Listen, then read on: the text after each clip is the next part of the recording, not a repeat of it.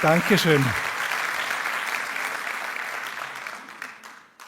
Zuerst einmal grüß Gott und einen schönen Abend. Vielen Dank, liebe Frau Gysi. Danke an die Handwerker, die das ermöglichen, dass wir hier zusammenkommen. Dankeschön an das ganze KenFM-Team, unsere tollen Medienpartner und vor allem Dankeschön an Sie, die Sie hier sitzen, sich die Zeit nehmen und zum Teil von weit herkommen. Einfach um den Weg mit den Bäumen anzuschauen. Und ich fange einfach gleich an. Nein, ich darf mich heute üben, schön Hochdeutsch zu sprechen. Sie winken in der ersten Reihe, wenn ich zu undeutlich werde. Da wurde mir jetzt so ein schöner Holzstamm hergerichtet auf der Bühne zum Draufsitzen. Und das ist unglaublich schwer. Also das könnte ich allein so richtig schwer heben. Und diese Materie, diese Masse, was nur in so einem kurzen Stück drinnen ist, die Masse in den Wäldern, die ist ja unendlich. Das ist ja unvorstellbar viel. Wo kommt die her? Was ist das Holz? Wie entsteht das überhaupt? Also ich sage es gleich, aus dem Boden kommt am allerwenigsten. Ungefähr 0,5% an Materie von diesem schweren Material ist aus dem Boden. Das ist gar nichts. 0,5%. Das ist zwar entscheidend, diese Spurenelemente, die aus dem Boden kommen, das hören wir dann noch, aber der Löwenanteil, mehr als 99% des Holzes, ist Luft, die zur Materie umgewandelt wird, und Wasser, Wasserstoff aus dem Wasser. Da kommen wir gleich schon zu diesem ersten unglaublichen Wunder, die Bäume vor unseren Augen vollführen. Die wachsen aus dem Erdboden und schaffen es, dass sie sich aus der Luft ernähren. Die Luft ist ihre Nahrung. Und diese ganze unglaubliche, unvorstellbare Formenvielfalt des Waldes bilden. Das ist ja wie bei uns Menschen. Es gibt keinen Baum, der dem anderen gleicht. Und wie machen sie das? Die haben gemeinsam mit allen grünen Pflanzen, nutzen sie die wohl wichtigste und bedeutsamste Erfindung, die je auf Erden gemacht wurde und die erst alles organische Leben hervorgebracht hat. Und diese Erfindung ist die Zusammensetzung eines chemischen Moleküls, das als Lichtfilter wirkt und das in der Lage ist, aus dem Sonnenlicht genau dieses Spektrum herauszufiltern, genau den Strahlenmix, der das Gas CO2, was in der Luft ist, aufspaltet in Kohlenstoff und Sauerstoff. Und dieser Wunderstoff, das ist das Chlorophyll, deshalb sind die Bäume grün. Die grüne Farbe, die ist es, dass die Bäume mehr oder weniger ohne Kraftaufwand, nur mit der Sonnenenergie, das CO2 aus der Luft nehmen, den Kohlenstoff aus diesem Gas herauslösen können und dann mit den Kohlenstoffatomen C an C an C und mit dem Wasser machen sie es gleich, H2O, dann nehmen sie den Wasserstoff C und H und C, C, C. Das ist die Kohlenwasserstoffchemie. Daraus baut der Baum seine Substanz. Das ist schon mal bemerkenswert, wenn man sich vorstellt, immerhin bewegen die Wälder der Erde mehr Masse wie der Wirtschaftszweig der Menschheit, mit dem die Menschen am meisten bewegen, die Bauwirtschaft. Also es gibt keinen Wirtschaftszweig auf Erde, der mehr Material herumschaufelt, bewegt, aufbaut, rückbaut, hin und her fort wie die Bauwirtschaft. Und die Wälder, die bilden noch mehr Masse und führen es wieder zurück. Und da machen wir schon das erste Fenster auf in die Wichtigkeit, warum diese Bäume für uns so wichtige Lebensbegleiter sind. Weil da gibt es einen großen Unterschied. Beide, der Mensch wie die Bäume, bewegen sehr viel auf der Welt. Aber die Bauwirtschaft ist der Wirtschaftszweig der Menschheit, der am allermeisten Energie verbraucht von allem, was wir auf der Welt treiben. In Deutschland verbraucht die Herstellung der Baustoffe, das Verarbeiten, das Bauen der Häuser und das Erhalten und Betreiben mehr als die Hälfte des gesamten Energieverbrauchs dieses Landes und das ist in allen Industrienationen so. Und dieselbe Bauwirtschaft verursacht weltweit in den Untersuchungen zum Weltmüllaufkommen der Menschheit mehr als die Hälfte des gesamten Abfalls auf Erden.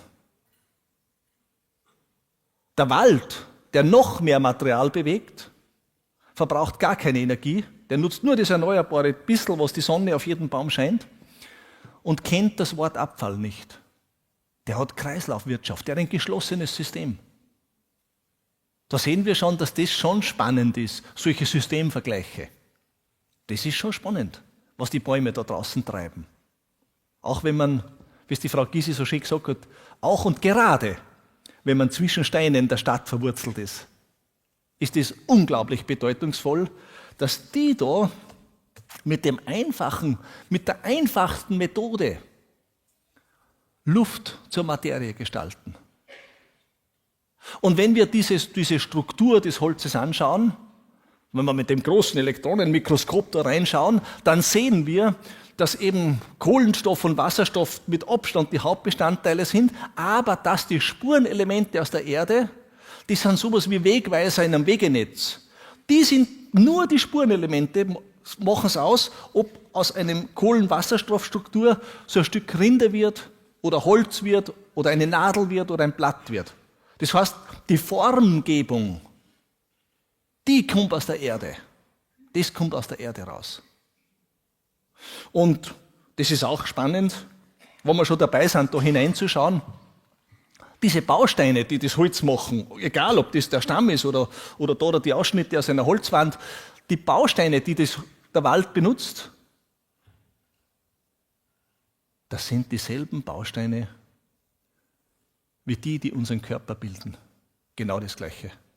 In meinem Schädel da ist nichts anderes drinnen wie Kohlenstoff, Wasserstoff und Spurenelemente. Der einzige Unterschied zwischen mir und dem da ist, dass es anders zusammengesetzt ist. Ein bisschen anders zusammenbaut. Also wenn zu mir jemand sagt, ich bin ein Holzkopf, ist das bei Gott keine Beleidigung. Wir kommen da aus derselben Quelle sozusagen. Es ist nur anders zusammenbaut. Es ist tatsächlich so. Nur eine kleine Änderung in der Struktur und schon hast du ein ganz anderes Ergebnis. Diese Verbundenheit zwischen unserer eigenen Quelle und zwischen unserem eigenen Dasein, mit den großen Pflanzen da draußen im Wald, mit dem Baum am Straßenrand, die ist, wenn man genau hinschaut, die ist schon nahezu unheimlich. Ich möchte es Ihnen an einem Beispiel zeigen. Ich habe gesagt, das Chlorophyll, die grüne Farbe, war die größte Erfindung, die auf Erden stattgefunden hat, weil wie Chlorophyll von einer Pflanze in diesem milliardenfachen Versuchen und Irrtum und Scheitern, wie das gelungen ist, da hat sie auf einer Erde, die vorher Milliarden Jahre vollkommen lebensfeindlich war, ein grauer Steinhaufen war, ohne Leben, mit ein paar ganz kleine Bakterien oder Virenkolonien in irgendeiner Wasserpfütze, aber sonst nichts. Und da hat es so ausgeschaut, wie wenn sich gar nichts verändern kann, wie wenn es immer so bleibt, weil was schon hunderte Millionen oder Milliarden Jahre gleich war, dann glaubt niemand mehr dran, dass es anders wird. Und dann kam diese Erfindung Chlorophyll und in einem erdgeschichtlichen Augenblick war die ganze Welt grün.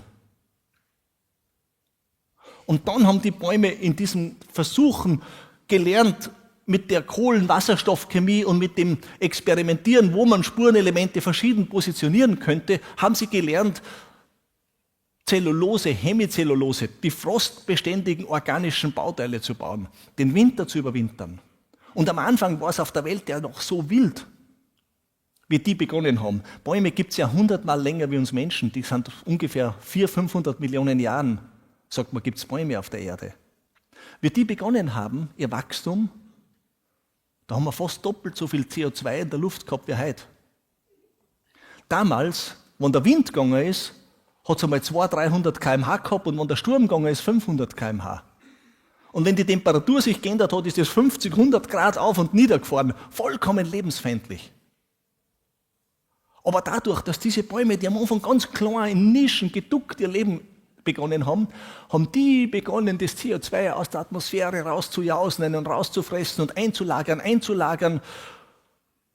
Und die sind zwar im Kreislauf, wenn ein Baum verfault, geht das wieder alles zurück.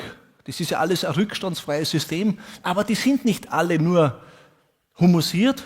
Da hat es dann welche gegeben, die überflutet waren und wo Meere über ganze Wälder drüber sind. Und dann hat sich nach und nach in Jahrmillionen organische Substanz in die Erde eingelagert. Und das ist das, was wir heute als Erdöl, als Gas, als Kohle entnehmen können, die fossilen Brennstoffe. Und in dem Maße, wo CO2 aus der Luft gekommen ist, hat sich das Klima verändert und die Bäume konnten größer werden und mächtiger und noch mehr rausnehmen und haben alles vorbereitet, dass die ersten Tiere, dann die Säugetiere und schlussendlich der Mensch auf die Erde gekommen ist. Die haben uns sozusagen den Weg bereitet. Und die haben das Klima beruhigt und alles für uns vorbereitet. Die haben uns Schutz gegeben, Nahrung vom Anbeginn. Seit wir Menschen auf der Welt sind, haben wir tief in unserem Unterbewusstsein verankert, der Baum ist das, was wir brauchen. Wir sind ja in unseren Emotionen immer noch Jäger und Sammler. Der Rest der technischen Entwicklung ist ja viel schnell gegangen, als dass unser Hirn da mit hätte können und unser Unterbewusstsein. Und wir wissen heute noch ganz tief drinnen, wenn Gefahr droht, wenn der Säbelzahntiger um die Ecken birgt und wir sind beim Bärenbrocken, dann hast du Glück, wenn du auf den nächsten Baum klettern kannst, dann bist du gerettet. Also ein Baum ist ja für jeden Menschen was durch und durch Positives. Das ist ganz, ganz, ganz tief drinnen. Und jetzt möchte ich aber zu dieser Verbundenheit zurückkehren. Der Wunderstoff, der die ganze Entwicklung ermöglicht hat, das Chlorophyll, wenn Sie sich das unter dem Elektronenmikroskop anschauen, die molekulare Struktur, dann sehen Sie sowas, was können Sie sich vorstellen, wie ein Schneekristall, eine geometrische Struktur mit vielen, vielen Kohlenstoff- und Wasserstoffatomen, die so geometrisch schön angeordnet sind. Manche Chlorophyllarten haben dann noch so einen Schwanz wie Komet weg. Also so schöne Strukturen sind das. Und ganz im Zentrum gibt es dann ein paar Punkte Stickstoff, so ein Stickstoffring. Und in der Mitte drinnen ein Pünktchen, ein einziges Atom Magnesium aus dem Boden. Das Magnesiumkerntel da drinnen ist so wenig, wie wenn ich hier ein Brösel nehme und das Brösel da auf den Stamm lege.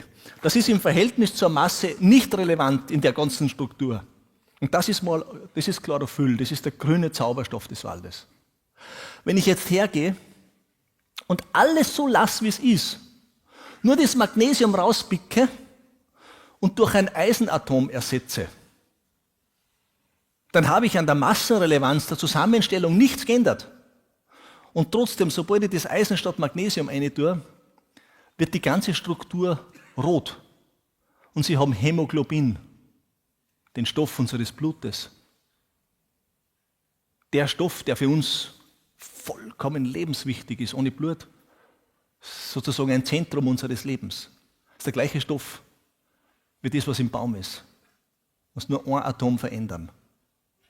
Also, ich könnte Ihnen jetzt viele, viele solche Beispiele erzählen. Das Leben hat dieselbe Quelle. Und wenn wir heute, und das ist für mich etwas vom Dramatischsten, das ist für mich einer der folgenschwersten Irrtümer unserer Zeit, dass wir Menschen durch unsere technische Entwicklung und durch die Entwicklung von diesem Hirnklumpen da im Schädel, dass wir eine Arroganz bekommen haben und irgendwann zu glauben begonnen haben, wir sind die, die hier das Geschehen lenken. Und deshalb reden wir auch dieser Einstellung folgend von einer Umwelt. Das heißt, wir empfinden uns so, wir stehen da und da draußen ist die Umwelt, die geht mir nichts an. Ich bin ich, das andere ist das andere. Da sehen wir eine Trennung. Das ist ein fataler Irrtum. Meine sehr geehrten Damen und Herren, wir sind Teil einer Mitwelt. Wir sind Teil von einem ganzen wunderbaren System, das uns in einem Maße beeinflusst, das größer ist, als wir uns jemals im Alltag vorstellen können und das auch wir beeinflussen und wo wir sehr viel Verantwortung haben. Und deshalb ist es so wichtig, dass man sich diese Vorgänge der Lebensentstehung und der Organisation des Lebens genau anschaut. Und das möchte ich jetzt nur ein paar Minuten mit Ihnen machen. Weil der Wald ist für mich nicht nur ein Ort, an dem man so wunderbar Energie schöpfen kann und Kraft und einen Ausgleich findet zu unserer hektischen Zeit. Der Wald ist für mich wirklich so der radikalste Gegenentwurf zur Fehlentwicklung in unserer Zeit, den ich kenne. Der Wald ist eigentlich, der ist für mich so das politisch Radikalste, was ich kenne. Wirklich. Im Wald beginnt ein Baum zu wachsen. Da geht schon mal los. Ich komme aus der Bauwirtschaft. Ich bin Unternehmer. Ich habe ein Forschungszentrum gegründet. Ich bin umgeben jeden Tag von lauter Technikern, Bautechniker. Das heißt, in meinem Berufsalltag gibt es das technische Denken. Ich habe in den letzten 10 Jahren haben wir mit unseren Partnern in ca. 30 Ländern weit über 1000 Bauten errichtet. Vom Tiny House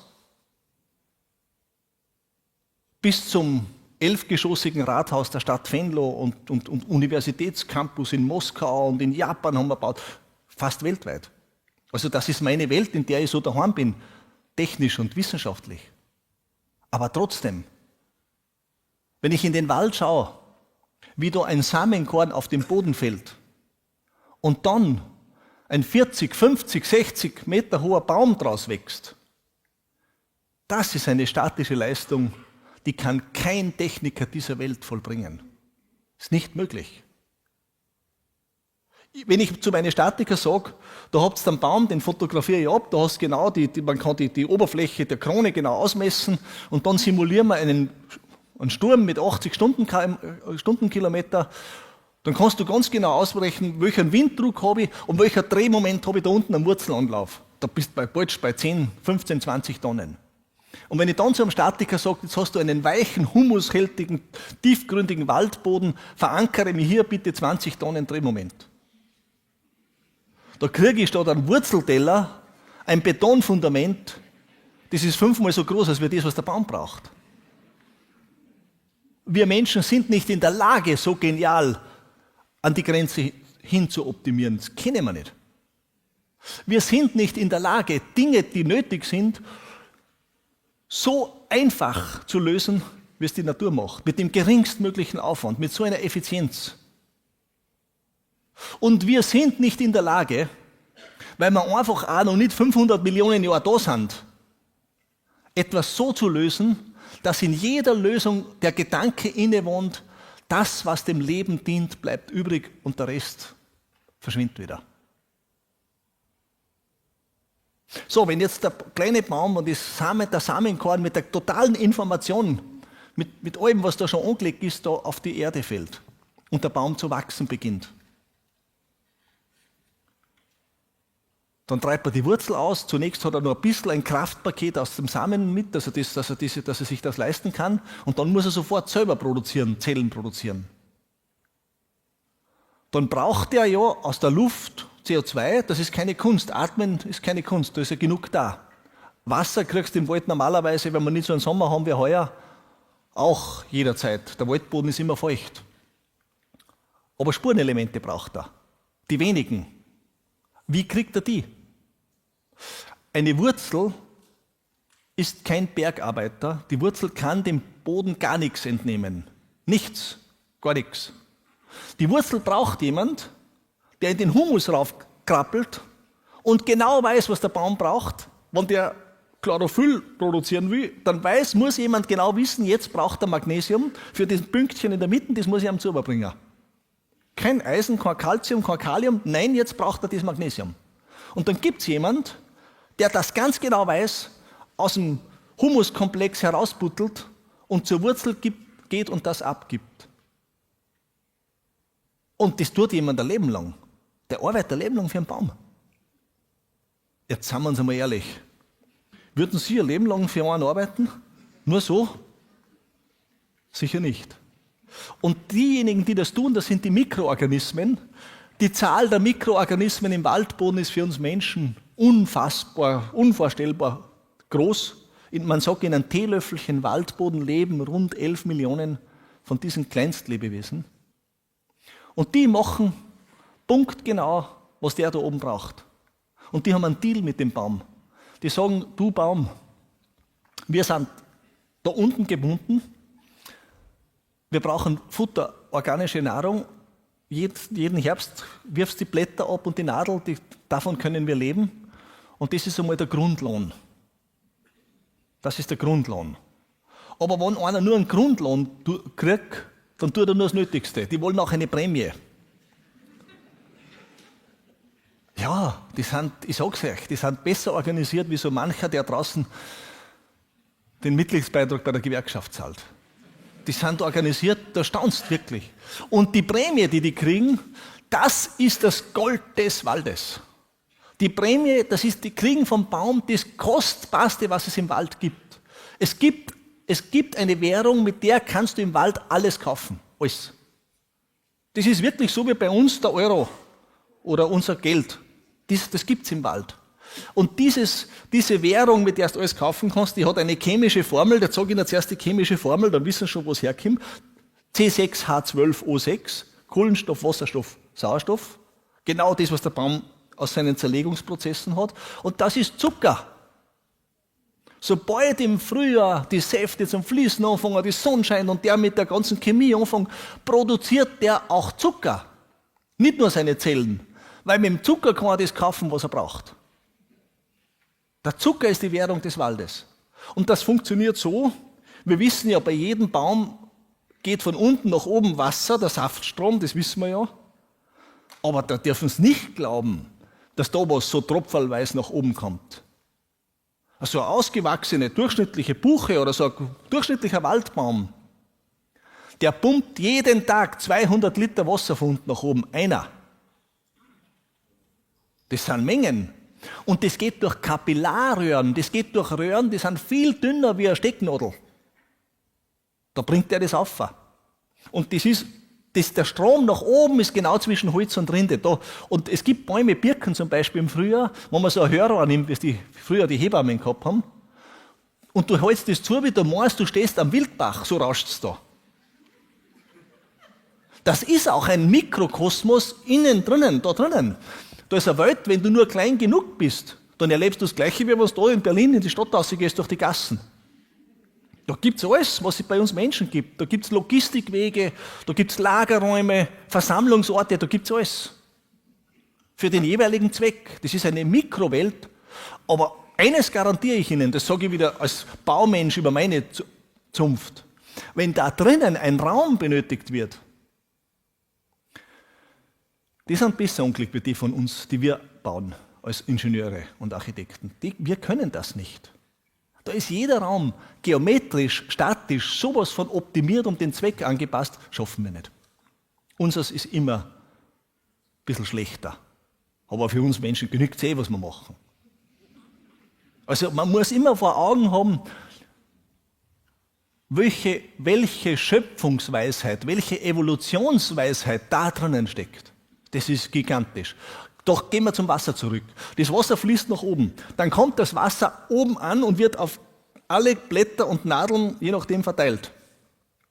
Dann passiert was Interessantes. Ein Viertel des Wassers verdunstet der Baum sofort. Weil die Verdunstung erzeugt einen Sog und das ist sozusagen die Pumpe, die von unten mit nach oben saugt. Wenn er nicht verdunstet, geht sich das nicht aus, dass das Wasser weiterrinnt. Das muss er einfach machen, um das in Bewegung zu halten. Einen zweiten Teil zerlegt er chemisch, den Verarbeiter, den braucht er zur Nahrung, weil er die Wasserstoffatome braucht für seinen Körperbau. Für den Körper, für die Rinde und für die ganzen Medikamente, die er braucht, Abwehrstoffe, alles, was er braucht. Den lecker. Und einen dritten Teil reichert er mit Zucker an. Da macht er Zuckerwasser. Eine richtige Limonade rührt er. Und diese Limonade, die schickt er dann nach unten. Die geht nach unten. Wieder in den äußeren Schichten, also da gibt es dieses Wasserstrom ist im Splint, in den äußeren Holzschichten geht es auf und zwischendrin den Holz geht es runter. Das ist alles, spielt sich alles da außen ab. Und das rinnt dann nach unten die Limonade und die wird unten an der Wurzel verteilt. Und jedes winzigste Mikroorganismus, was da was abgibt, was der Baum braucht, wird mit einem Schluck Limonade belohnt. Das heißt, die Wurzelspitze ist ein Handelsplatz. Und dann gibt es noch einen Dealer, den Händler dazwischen. Das sind Pilze. Das ist dieser sogenannte Mykorrhiza-Pilz. Ich will es nicht zu kompliziert machen. Aber wichtig ist eins: Das große Leben da draußen funktioniert nur dann, wenn eine Unzahl von Lebewesen perfekt zusammenarbeitet, kooperiert, gemeinsam ihr Ziel verfolgt. Sonst geht nichts. Und für mich ist das Beeindruckendste überhaupt, was es gibt, dieses Zusammenwirken. Ich komme aus dem Bau. Ich weiß, was es heißt, eine Baustelle, wo du davor einen Haufen 100 Arbeiter hast, was du da brauchst, dass die alle gemeinsam was tun, was dem Ziel, die Verwirklichung des Baus, was diese Koordination bedeutet. Was Bauleiter, Architekten, Ingenieure, was die da sich mühen, dass sie es mehr oder weniger gut zusammenbringen. Wisst ihr, was die Bäume machen? Wenn ich mit der Axt im Sommer in den Wald rausgehe und die wachsen alle um die Wette und ich schlage ein Loch in die Rinde, ich hau ihm da ein Loch rein, dann ist das für einen Baum genau das Gleiche wie beim Menschen eine schwere Verwundung. Der spürt das sofort, der registriert das sofort und weiß, da wo die schützende Rinde weg ist, da können jetzt holzzerstörende Pilze und Insekten, also Pilzsporen, Insekten und vor allem Bakterien und Viren angreifen, diese Kleinstorganismen. Und der Baum weiß, ich muss die Wunde heilen, sonst wird das lebensgefährlich, wenn ich das nicht heilen kann. Genau wie Menschen uns wehtun. Und das kann man heute biochemisch messen und nachweisen. In atemberaubend kurzen Zeiträumen von wenigen Minuten nach der Verwundung beginnt das gesamte Bodenleben, Milliarden von Kleinlebewesen, etwas völlig anderes zu tun. Die besorgen keine Wachstumsstoffe mehr, sondern Wundheilungsstoffe. Die wissen jeden Augenblick, was der Baum da oben treibt und braucht. Beeindruckend. Die machen genau, was der will. Wenn ein Baum in Not kommt, weil ihn die Borkenkäfer angreifen, zum Beispiel, wisst ihr, was da passiert? Wenn ein Baum angegriffen wird, machen wir es zuerst anders. Was dann wir Menschen, wo wir im Wettbewerb stehen, sagen wir, das ist ja ein schönes Beispiel, das müsst ihr mal vorstellen, das sind 4 Firmen, die gemeinsam im Wettbewerb stehen, machen gemeinsam so eine Veranstaltung. Also die haben schon was gelernt. Normalerweise, wenn 4 oder 40 oder 10 in der gleichen Branche sind und einem geht's schlecht von denen, dann geht der andere, dem es noch gut geht, zum Unternehmensberater. Der geht dann zu McKinsey und Price Waterhouse und KPMG, wie wir es alle heißen, zum Unternehmensberater geht er. Und sagt, lieber Unternehmensberater, mein Mitbewerber geht schlecht, was soll ich machen? Wisst ihr, was der für einen Rat kriegt? Der sagt, das ist deine Chance. Weg mit ihm vom Markt, schau, dass du ihn ausradierst. Dann kannst du seine Marktanteile übernehmen. Das ist unsere Logik in der Wirtschaft. Ganz klar. Wenn bei den Bäumen es dem Nachbarn schlecht geht, dann beginnen alle Umliegenden sofort, hören sie mit dem Wachstum auf. Die stellen den Wettbewerb ein. Die sagen, wenn der untergeht, wenn der vom Käfer gefressen wird, dann kann sich der Käfer an seiner Leiche so anfressen, dass wir vielleicht die Nächsten sind. Die denken kollektiv wie ein Organismus. Wenn die Borkenkäfer einen Baum überfallen, dauert es wieder atemberaubend kurz und die anderen beginnen Borkenkäferabwehrstoffe zu produzieren, statt weiterzuwachsen. Da draußen herrscht eine Verbundenheit, meine Damen und Herren. Da knirst die nieder. Das ist unfassbar. Und diese Verbundenheit, die bewirkt eine Kraft zur Lösung der Lebensprobleme, die können wir uns Menschen nur wünschen. Diese Kraft. Und deswegen war der damals gesagt hat, Bruder Baum, das war kein Träumer, das war der größte Realist, das sage ich Ihnen. Das war der einzige Realist, der das erkannt hat.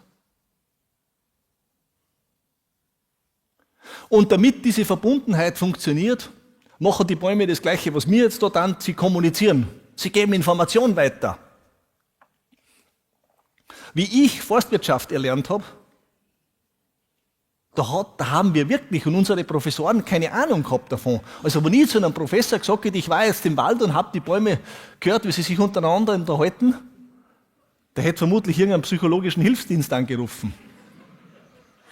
Das war unvorstellbar. Heute wissen wir, dass die alle relevanten organisatorischen Informationen austauschen. Kollektiv, so ein Waldhang, der weiß immer Bescheid, wie es mit dem Wasser zugeht. Der weiß, wenn es dem ausgeht und wenn es dem ausgeht. Sobald einem einzigen Baum in so einem Wald das Wasser ausgeht, beginnen die anderen stufenweise angepasst, die Spaltöffnungen zu schließen. Sobald der erste Baum sagt, ich bin in Not, heuer war so ein Sommer, wo die Wälder ja extrem gelitten haben, dann hören die auf zu wachsen. Wenn sie im Wald rausgehen, nach so einem Sommer, werden sie feststellen, da sieht man ja die Jahrestriebe. Jedes Jahr wachsen so ein Jahrestrieb, zumindest wenn sie so mittelalt sind. Da siehst du genau, heuer ist der Trieb halb so groß wie in einem normalen Jahr. Die hören auf zu wachsen, die wachsen nicht weiter, auch wenn sie in der Pfütze stehen, weil sie aufeinander Rücksicht nehmen und sagen, jetzt sparen wir gemeinsam. Und dann gibt es ein Monitoring ständig. Und erst wenn alle sagen, bei mir sind die Tanks wieder gefüllt, dann sagen sie, Burschen, jetzt haben wir genug, jetzt machen wir wieder den sportlichen Wettkampf weiter, auf die Plätze, fertig, los und dann laufen sie wieder weg. Unfassbar. Und wie gesagt, sie kommunizieren und diese Kommunikation, diese Nachrichtenübermittlung, das wissen wir heute, die haben mehrere Sprachen, die sie benutzen. Die verlassen sich nicht auf eine einzige Sprache. Ein wichtiger Kommunikationsweg sind Duftmoleküle. Das ist überhaupt im Leben. Der Geruchssinn ist was ganz Wichtiges, auch bei uns Menschen. Und sobald irgendwas passiert, schicken die per Duftmolekül Informationsflaschenpost durch den Wald. So klein, dass wir das natürlich nicht sehen, nicht riechen, keine Ahnung haben. Also wenn der ein Käfer glaubt, er kann in einen Baum einbohren und den gefährden, na, was glaubst du, was da für eine Nachrichtenwolke aufgeht an alle Vögel, die den gern fressen wollen?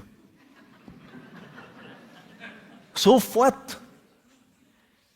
Und nachdem ein Käfer allein das sowieso nicht macht, wandern sind es viele, da kriegt ein ganzer Vogelschwarm die Information, kommt her, da braucht ihr euch nicht bemühen, bei mir könnt ihr euch den Bauch voll fressen. Das ist unglaublich vernetzt. Und diese Vernetzung, ich muss mich ja zurückhalten, es ist damals die ganze Nacht über solche Sachen reden, das geht ja nicht. Ich kann nur an einigen Beispielen dieses Prinzip zeigen. Diese Vernetzung, die ist einfach alles Leben einschließend. Da ist nichts ausgeschlossen davon. Die gemeinsame Verbundenheit des Waldes. Und die Duftmoleküle in der Sprachübermittlung, die haben nur einen Nachteil. Einen einzigen wesentlichen Nachteil haben schon, das funktioniert bestens, aber was tust du, wenn der Wind 14 Tage nur in eine Richtung geht? Dann geht die Nachricht aber nur zu denen, die da drüben sind und die anderen wissen es nicht. Und deshalb haben die Bäume natürlich auch Möglichkeiten, in alle Richtungen zu kommunizieren. Was ist da das Naheliegendste? Klar, das ist das Internet. Das Internet ist eine Erfindung des Waldes, darum heißt es www, Wood Wide Web. Und ja, da gibt's, das ist ja, ich kann aber nur lachen, da gibt es Leute, die sagen, das Internet hat das Militär erfunden. Also bitte, Garsche, so gut sind sie auch wieder nicht. So gut sind die auch wieder nicht. Das hat der Wald erfunden. Und das Internet des Waldes ist selbstoptimierend in einer wieder atemberaubender Genialität aufgebaut. Forscher sagen heute, Pilzforscher sagen heute, zu jedem durchschnittlich ausgewachsenen Waldbaum gehören ungefähr 30 bis 50 Kilometer Pilzmyzel im Boden. Das heißt, zwei Dinge im Waldboden sind für uns Menschen unfassbar. Das eine sind die Mikroorganismen und das zweite ist das Pilzsystem, das Pilzmyzel-Fadensystem. Der Waldboden ist durchzogen von Leitungen, das können wir uns gar nicht vorstellen. Und diese Pilzmyzelfäden sind der ideale Informationskanal. Die machen genau das Gleiche wie unsere Nervenbahnen. Genau dasselbe. Nur unsere Nervenbahnen arbeiten mit elektrischen Impulsen, die sind blitzschnell, so fast Lichtgeschwindigkeit, geht das hin und her. Wenn jetzt jemand bitten würde, was ich nicht mache, und sagt, kommen Sie auf die Bühne oder zum Kameramann, sag und leg deinen Finger da her und ich hau ihm auf den Finger drauf, dann passiert sofort, dass der über die Nervenbahn die Meldung kriegt, Schmerz, ein Wahnsinniger haut auf den Finger, Hirn, was soll man tun? Das Hirn sagt, dem ist nicht zu trauen, zuerst raus aus der Gefahrenzone, es haut er nochmal zu und der kann machen, was er will und mit dem Reflex zieht er zurück. Das ist aber blitzschnell. So geht es in unserem Körper, die Nachricht. Und die Bäume machen es nicht elektrisch, die machen das biochemisch. Das heißt, die geben einen biochemischen Stoff auf die Pilzanschlussstelle und das dauert ein bisschen länger, nach 10 Minuten hat der andere Nachbar die Nachricht. Und nach 20 Minuten der Übernächste und so weiter. Die Bäume können sich leisten, dass sie langsamer sind. Sie leben ja auch 1000 Jahre und noch mehr. Und wenn man so lange lebt, muss man sich nicht so beeilen. Aber die übermitteln alle Nachrichten, die sie brauchen. Und glauben Sie mir's, dieses nicht eilen müssen ist schon ein Segen. Weil Bäume haben keine Mühe, die reisen um die Welt, wenn sie wollen, nur in einem anderen Zeitraum. Die kommen nicht auf die Idee, dass sie in einem Flieger sitzen, das brauchen die nicht. Aber wenn ein Baum eine Weltreise machen will, macht er sie. Brauchen Sie nur die Eiszeiten anschauen, wie der Wald mit der Eiszeit immer mitgewandert. Der ist den ganzen Kontinent aufgewandert und dann wieder den ganzen Kontinent runter und hin und her. Die wandern um die ganze Welt. Und wenn er mal wirklich ein Eiltaxi braucht, weil er es ganz eilig hat, dann konstruiert er aus seinen einfachsten Mitteln, aus Kohlenstoff, Wasserstoff und Spurenelementen, eine leckere, süße Frucht. Steckt seinen Kern ein, wirft es runter, wartet, bis das Wildschwein das frisst und schon geht es mit dem Wildschweintaxi quer durch den Wald. Sorgt dafür, dass das möglichst lang da drinnen bleibt im Wildschwein und irgendwann fällt es raus und der ist schon wieder 30 Kilometer weitergekommen. Und da wächst dann aus demselben Samen der nächste und der wieder 30 Kilometer weiter macht das wieder so. Also, es ist immer nur eine Frage der Perspektive. Dieses Bild, der Baum ist verwurzelt, der Baum ist blöd, weil er kein Hirn hat und der Baum ist sowieso ein viel niedrigeres Lebewesen wie ich, das müssen Sie über Bord werfen. Weil mit dem Bild können Sie dem Leben nicht dienen.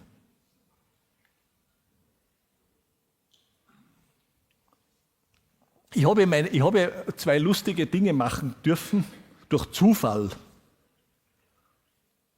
Mein Traumberuf, der war ja Förster zu werden. Ich bin so in den Alpen aufgewachsen und das ist bei uns in der Familie gelegen. Meine Familie, das waren lauter Handwerker und Bergsteiger, Bergführer. Und irgendwie folgt man ja dem doch und dann bin ich halt auch Bergsteigen gewesen und dann wollte ich Förster werden und dann bin ich Förster geworden. Und später, das komme ich vielleicht nochmal drauf zurück, später dann, wie ich schon mein Unternehmen gegründet gehabt habe und da habe ich das aber geärgert, dass ich keine Bilanz lesen kann, dann habe ich gemeinsam mit meiner Tochter berufsbegleitend begonnen, Betriebswirtschaft, Wirtschaftswissenschaft zu studieren. Und ich meine, das ist interessant, da begreife ich einmal dieses Zahlenwerk. Bis zu dem Zeitpunkt, wo ich das begonnen habe ich mir aber gedacht, was an Universitäten passiert, das ist abgesichert, das ist anerkannt, das wird auf dem Prüfstand der Logik und der wiederholbaren Experimente gemacht, so wie man das vorgestellt. Und natürlich ist die Forstwirtschaft eine anerkannte Wissenschaft und die Wirtschaftswissenschaft auch. Aber plötzlich habe ich mich in einer Rolle gesehen, dass du in der Wirtschaft genau das Gegenteil lernst von dem, was du im Wald lernst. Das Gegenteil. Im Wald war mir völlig klar, dass Wachstum immer begrenzt ist. Es gibt keinen Baum, der in den Himmel wächst. Die wachsen mit dem Ziel, dass sie die Sonnenenergie bekommen. Und wenn der seine Krone da oben ausbreitet und am Licht ist, hört er auf. Der hört auf. Und in dem Augenblick, wo er das erreicht hat, in dem Augenblick, wo der Baum seine Existenz abgesichert hat, verwendet der nicht das geringste Quäntchen Energie, um seinen Nachbarn zu bekämpfen. Da sagen die, Sportbewerb vorbei, jetzt kommt das richtige Leben. Und dann begreifen die förmlich, diese Pflanzen haben das verinnerlicht. Wenn dieses richtige Leben des großen Waldes beginnt, da wissen die ganz genau, wir haben nur eine Chance, wenn wir brüderlich zusammenarbeiten. Es gibt nichts Brüderlicheres wie den Wald.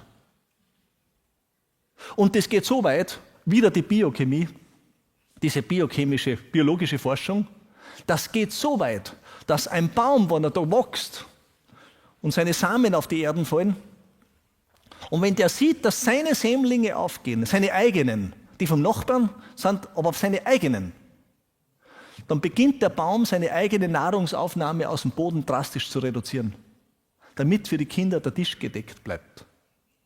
Das wird noch einer sagen, depperte Pflanzen oder intelligenzlos. Also es ist heute nachgewiesen, dass Pflanzen ganz gezielt strategisch, sozial, fürsorglich handeln. Stellen Sie sich das vor. Und wir Menschen sagen, wenn wir in den Wachstumsprozess gehen und wenn es uns gelingt, unsere ersten Existenzkrisen durchzustehen, dann geht es erst so richtig los. Wachstum, never ending.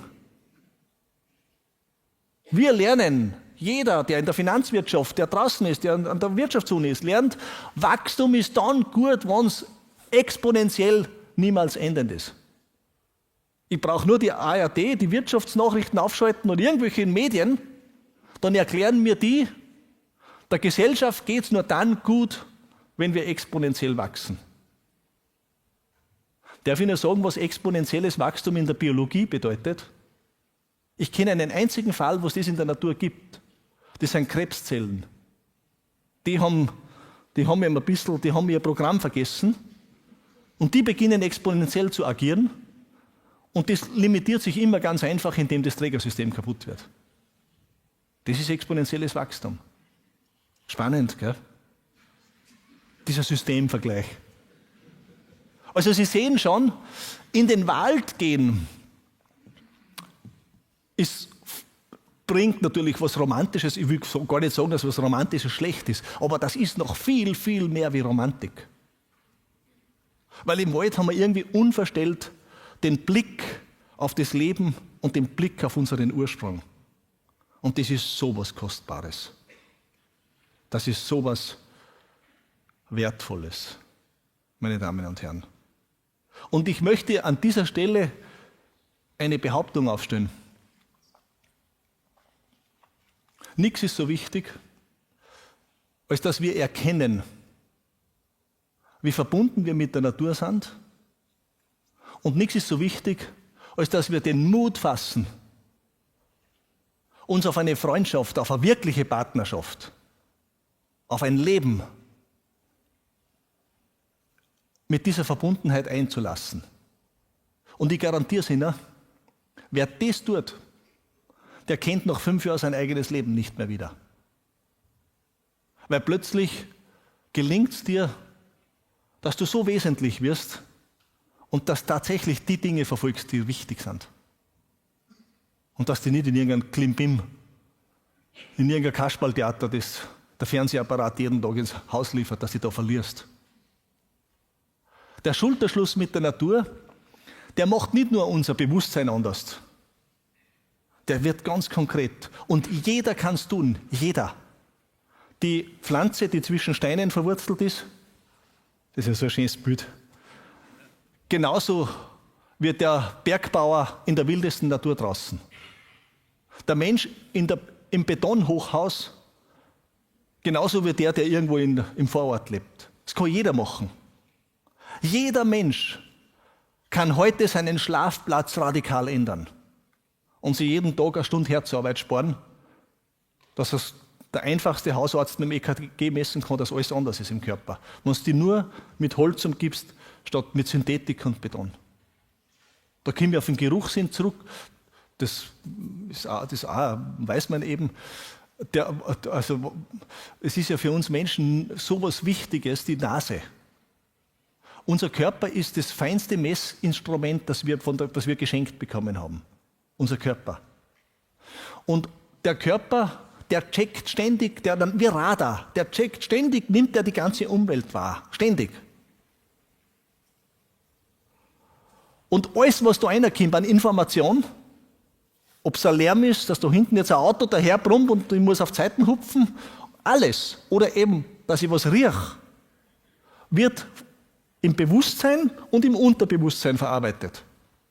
Und dieses Unterbewusstsein verarbeitet noch viel, viel mehr. Weil wenn wir alle Reize bewusst verarbeiten müssten, würden wir ja wahnsinnig.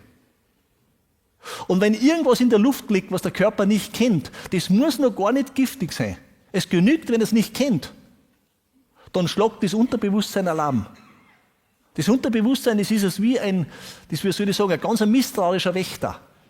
Und wenn der Alarm schlägt, weil ich heute in einem Hotel schlafe, wo irgendeiner ohne nachzudenken einen Plastikboden reingelegt hat und aus dem Plastik kommen so Duftmoleküle raus, die es in der Evolution nicht gegeben hat. Dann schnuppert das mein Unterbewusstsein während dem Schlafen und dann sagt dieser Wächter, es liegt was in der Luft. Immunsystem, die halbe Mannschaft geht heute nicht schlafen. So wie wenn die Feuerwehr sagt, heute ist Silvester, heute schießen sie alle mit den Raketen wie die Bläden herum, da kann was brennen anfangen, heute darf man nicht schlafen, heute bleiben wir in Bereitschaft. Was passiert mit deiner Gesundheit, wenn du nie ganz richtig in die Entspannung gehst? Da gibt es das schöne Wort Zivilisationskrankheit dazu, Dauerstress. Bitte reden Sie mit einem Mediziner, der kann das noch besser erklären wie ich. Da gehen wir in eine Schwächungsphase. Und wurscht, ob Sie gesund sind und gesund bleiben wollen oder ob Sie krank sind und gesund werden wollen, ohne Natur geht das nicht. Geht das nicht, wirklich, geht's nicht. Also wir sind in allem, was man tun, immer wieder landen wir da bei diesen Bäumen da draußen. Immer wieder.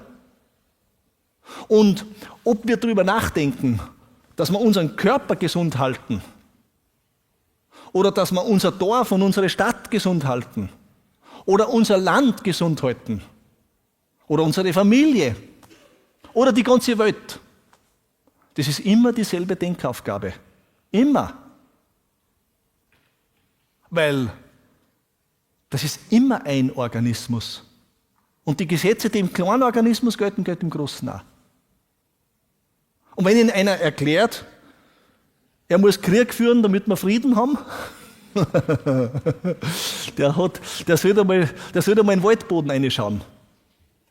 Was da passiert, wenn eine Kolonie glaubt, sie muss Krieg führen. Das ist nicht Gesundheit. Also ich bin mir bewusst, dass man mit solchen Analogien vorsichtig sein muss. Bin ich mir schon bewusst. Ich will das auch nicht überstrapazieren. Aber wir müssen unser Leben dort, wir müssen den Spiegel reinschauen. Wir müssen den Spiegel reinschauen. Und ich habe mir selber, muss ich Ihnen sagen, ich will Ihnen gleich erzählen, wie ich da dazugekommen bin. Das ist mir auch nicht irgendwie runtergefallen. Oder ich bin auch nicht erleuchtet worden über Nacht und davon habe ich es gewusst. Gar nicht. Gar nicht. Das Einzige, was ich gemacht habe, und deswegen habe ich vorhin diese Behauptung aufgestellt, das Einzige, was ich irgendwann gemacht habe, ich habe irgendwann beschlossen, ich will und werde den Weg mit der Natur gehen.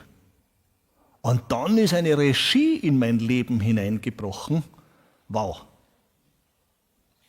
Ich beginne so ein bisschen am Anfang. Ich habe es ja schon erzählt, ich bin Förster geworden und das war mein Traum. Eigentlich war mein Lebenskonzept als Jugendlicher, ich verschwinde in den Wäldern. Das war für mich immer eine faszinierende Zauberwelt, die mich angezogen hat, wo ich so viel gesehen habe.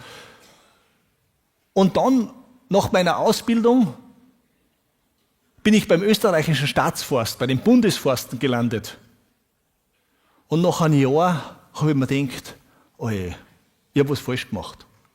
Das war so unglaublich bürokratisch. Ich habe geglaubt, ich bin in der K&K, kaiserlich-königlichen Zeit zurückversetzt gewesen. Es war damals noch sehr altmodisch und sehr bürokratisch. Und dann habe ich gedacht, nein, das ist eigentlich nicht das, was ich wollte. Und ich habe mir schon überlegt, was anderes zu machen. Und bis man selber ein Revier bekommen hat, wo man selber als Förster das gestalten hat können, hat man damals bei jedem Posten, der ausgeschrieben war, habe ich gesehen, es sind 30, 40 Bewerber, die haben alle warten müssen, bis fast 40 Jahre alt werden, bis sie so einen Posten kriegen. Und man denkt, nein, ich warte jetzt da nicht 20 Jahre in einem Büro. Das mache ich nicht. Und da wollte ich mich schon verabschieden. Dann habe ich gehört, dass etwas geschehen ist, was es noch nie gegeben hat in Österreich. Da haben sie einen Posten gehabt, wo die keinen Förster gefunden haben. Plötzlich. Und das lag darin, dass die Lage so unmöglich war. Das Forsthaus, wo man da wohnen musste, das war vom Gemeindeamt, von der nächsten zuständigen Gemeinde 80 Kilometer entfernt. Und im Winter sind draußen am Taleingang die Lawinen runter und da warst du oft wochenlang eingesperrt, von der Umwelt abgeschnitten. Und begreiflicherweise wollte da keine Familie leben. Und ich aber war so jung und habe meine Frau mit 18 Jahren kennengelernt und da waren wir so benannt. Und wenn man so jung ist, meine Damen, überhaupt die Jüngeren, jetzt müssen Sie gut aufpassen, meine Frau hat was getan, was ich Ihnen nicht so raten würde. Die hat in einem Augenblick des Verliebtseins zu mir gesagt, mit dir gehe ich überall hin. Und das war ausgerechnet kurz bevor ich das erfahren habe, dass es den Posten gibt, habe ich sofort beworben. Und dann war ich nicht durch meinen Verdienst, sondern dadurch, dass meine Frau mitgegangen ist, der jüngste Förster Österreichs, und habe mich in einem Tal wiedergefunden im Karwendelgebirge, wunderschön, 10.000 Hektar groß. Das war mein Reich. Und das hat noch einen großen Vorteil gehabt. Dadurch, dass das so abgelegen war, damals gab es ja noch kein Internet, kein Faxgerät. Da drinnen war nicht einmal Strom, wie wir gekommen sind. Der ist erst 2 Jahre später nachgekommen. Dadurch war auch meine Zentralverwaltung so gut wie weg. Es war herrlich.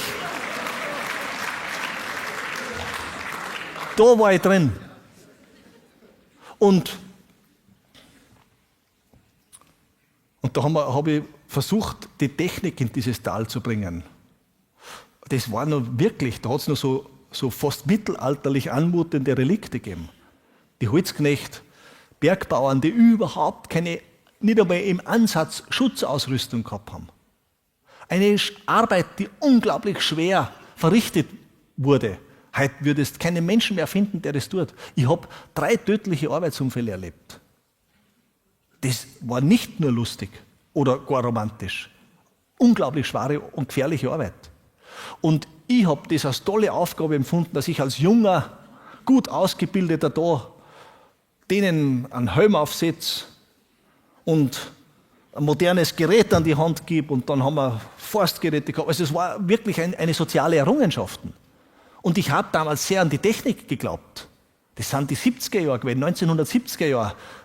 Mit Technik lösen wir alles. Und da war ich auch dabei. Aber trotzdem wurde dieses Denken sehr schnell erschüttert. Da drinnen, in dem Tal. Und da könnte ich jetzt auch vieles erzählen. Ich nehme aber nur beispielshaft eine Begebenheit. Da hat es eines Tages an der Tür von meinem Forsthaus geklopft und da sind 2 Männer da gestanden, haben sich vorgestellt und haben gesagt, sie sind 2 Geigenbauer und haben gehört, dass in diesen einsamen Hochtälern vom Karwendelgebirge große Meister des Geigenbaus im Mittelalter ihr Holz gefunden haben. Und ob ich bereit bin, so einen Stamm mit ihnen suchen zu gehen. Ich habe das Thema nur vom Hörensagen gekannt. Aber es hat mich interessiert und man denkt, ja, das schaue ich mir an, wie die das angehen. Und ich sage, ja, das mache ich mit. Dann haben sie mir gesagt, das kann sein, dass man 1 Million Bäume anschaut und keiner dabei ist. Und man denkt, na servus. Aber eben deswegen muss man das eingrenzen und möglichst den richtigen Wuchsort finden. Und so. Und ja, dann sind wir losmarschiert, ganz rauf in so ein Hochtal. Je weiter oben der Wald ist, desto langsamer wächst er, desto älter werden auch die Bäume. Also so an der Waldgrenze, da sitze ich auf einem Lärchen, da findest du Lärchen, die sind 600, 700 Jahre in den Alpen, ganz leicht. Und da waren so ein Fichtenbestand, die Fichten waren 300 Jahre, das ist für Fichten sehr alt. Da im Tiefland würden sie nicht so alt, da brechen sie vorher zusammen, aber da oben ist es so. Und dann haben die begonnen, auf die Bäume zu klopfen und lauschen und ich habe da überhaupt nichts gehört, weil das Gleiche. Und haben mir dann gedacht, jetzt geh ich. Und wenn ich schon da bin, habe ich was anderes zu erledigen, irgendwo nachschauen und gesagt, ich komme dann wieder. Und nach einer Stunde, 2 kam ich zurück und da waren die 2 ganz aufgeregt und haben gesagt, schauen Sie, dieser Baum, und haben gesagt, hören Sie es nicht, der könnte passen. Ich habe es immer noch nicht gehört. Und dann habe ich gesagt, das ist kein Problem, weil in dem Wald, der ist so überaltert und so dicht, dass wir sowieso was machen müssen, dass Licht auf den Boden kommt. Weil das ist auch wieder wie bei uns Menschen. Wenn die Alten kein Licht runterlassen und nicht nachgeben, haben die Jungen keine Chance. Irgendwann musst du in das Kronendach der Alten Löcher reißen und ernten anfangen, dass die Jungen wachsen können. Das ist so. Also ich höre ja das oft, dass Menschen sagen, die zum Wald das nicht so kennen, die sagen, man darf doch keinen Baum umschneiden, wir müssen die Wälder doch beschützen. Meine Damen und Herren, wer legt einen Salatgarten an und sagt dann, ich darf da keinen Salat essen? Natürlich muss ich ernten, aber ich muss wieder nachpflanzen, dass das passt. Dann ist das ein bewegter Kreislauf. Geben und nehmen. Und in diesem Sinne habe ich da auch keine Hemmungen gehabt, den Baum umzuschneiden, weil ich sage, endlich, ich muss da sowieso, das war meine Aufgabe, ich muss da was machen, Verjüngung beginnen, den Jungen eine Chance geben. Und bin zu meinem damals VW Käfer habe ich gehabt, zum Auto da runter und habe mir so einen Motorsack geholt, eine Axt und Keile und habe den Baum umgeschnitten, einen Vollkerb eingeschnitten und dann von hinten den Fellschnitt, dann tut man Keil und schneidet weiter, so dass der am Schluss auf einer Leiste steht, dieser sogenannten Fallleiste. Je nachdem, wie die angelegt ist, bestimmt man die Kipprichtung, die Fellrichtung. Und dann habe ich geheilt. Und irgendwann hat diese riesige Fichte da oben begonnen, die Krone so zum Zittern. Und dann neigt sie sich langsam, immer schneller und schlagt dann mit einer Wucht ein. Und trotz alledem, wenn Sie so einen großen Baum umschneiden, das ist ein Augenblick, da hält man inne, ich halt. Weil der hat da Jahrhunderte gewachsen, ist so Jahrhunderte aufgewachsen. Du stehst da mit diesem Gerät, mit dem Eisen, was da reinfährt und hast da zu Fall gebracht. Und ich bin da gestanden, haben einen Schweiß runtergewischt. Und die zwei Geigenbauer sind sofort hin und haben sich die Jahresringe, die da sichtbar werden, angeschaut. Weil die Jahresringe, das ist das Tagebuch von jedem Baum. Da schreibt er sein Leben auf. Bei den Jahresringen, da siehst du es, da siehst du sein ganzes Leben. Zum Beispiel, wenn in der Mitte ganz eng sind und nicht wachsen konnte, das ist die Phase der Unterdrückung, wo der Vater nicht weg wollte. Und dann siehst du den Freudentag, wo die Sonne runtergekommen ist. Da hat er dann loslegen können. Das war so ähnlich, ich habe auch so einen Tag gehabt. Zuerst war ich in der Staatsforstverwaltung in einem Büro einzwickt zwischen die alten Oberförster und habe irgendwelche Schreibarbeiten machen müssen. Und dann kam der Freudentag, wo ich mein Revier gekriegt habe im Karwendelgebirge, die Entfaltung. Ganz genau gleich. Und dann habe ich aussehen können. Das kann man alles sehen. Du siehst ein Trockenjahr, Notzeit, Krankheit, Hunger, das wird alles aufgeschrieben. Und gedeihen und blühen und wachsen und das Leben fröhlich leben. Das sieht man da. Und für den Instrumentenbauer ist es ideal, wenn keine Brüche drin sind. Das Holz, was klingt, das muss ganz gleichmäßig harmonisch sein. Und der Baum war ideal. Die haben keinen Makel gefunden und haben gejubelt und haben so eine Freude gehabt. Und dann habe ich das so drum runtergeschnitten, gut länger wie eine Geigen, damit die ihre Rohlinge ausmachen können. Und habe es denen mitgegeben. Und der Fall war für mich wirtschaftlich überhaupt nicht relevant. Weil ich war ja gewohnt, mein Holz 1000 und 5000 Kubikmeterweise an die große Industrie zu verkaufen. Und nicht da so mit einem herumspülen. Das habe ich ja nur Interesse halber gemacht. Und so habe ich das auch vergessen. Ein Jahr später klopft es wieder an der Tür, stehen die zwei wieder da und ich habe die Gesichter erkannt. Und dann wollte ich schon sagen, jetzt heuer geht's allein. Dann haben die gesagt, nein, sie sind nicht zum Geigensuchen, zum Holzsuchen da. Aber sie haben etwas getan, was man normalerweise nicht tut, weil wenn man da die Rohlinge, die werden dann sozusagen radial quer zur Faser ausgearbeitet, die muss man dann 10 Jahre liegen lassen, die müssen richtig reifen. Da gibt es im Holz noch ganz feine chemische Reaktionen. Für Bauholz nicht nötig, aber bei so einem, wenn es um einen Klang geht, ist das nötig. Und sie haben gesagt, sie haben so viel rausgekriegt, weil der Stamm fehlerfrei war. Jetzt haben sie trotzdem schon viel zu früh, aber trotzdem eine Geige ausprobiert. Und sie waren platt, die ist so gut geworden. Und sie haben sich so gefreut und dann haben sie beschlossen, sie fahren den weiten Weg wieder zu uns in die hintere Seine, um sich zu bedanken. Da war ich überfordert. Weil ich habe es ja gesagt, damals hat es keine E-Mail und kein Fax gegeben, aber ich gesagt, ihr hättet ja Postkarten schreiben können. Und dann haben die gesagt, nein, das hätten wir schon können, aber wir haben uns beschlossen, wir spielen ihnen ein Konzert vor. Auf dieser Geige und auf einer zweiten dazu. Und sind zu einem Auto gegangen und haben die 2 Instrumente geholt. Und ich bin ins Haus gelaufen und habe die Frau und die Kinder an einen Hund geholt. Sie müssen wissen, wie wir da reingekommen sind, gab es am Anfang noch keinen elektrischen Strom. Und wie der erste Herbst gekommen ist, da wird es am Abend so früh dunkel und du kannst im Wald nicht mehr arbeiten. Und wir haben da ein Kind nach einem anderen gekriegt. Und deswegen waren die Kinder so mitgekommen. Und da sind wir da gestanden und die haben gespielt auf der Geigen. Die haben wunderschön gespielt. Und ich habe zugehört. Und dann haben wir gedacht, mein Gott, ich bin jeden Tag allein im Wald. Da hörst du jeden Tag eine andere Stimme, eine andere Geräuschkulisse. Ob es trocken ist, ob es taut, ob es regnet, ob der Nebel ist, ob die Sonne aber brennt.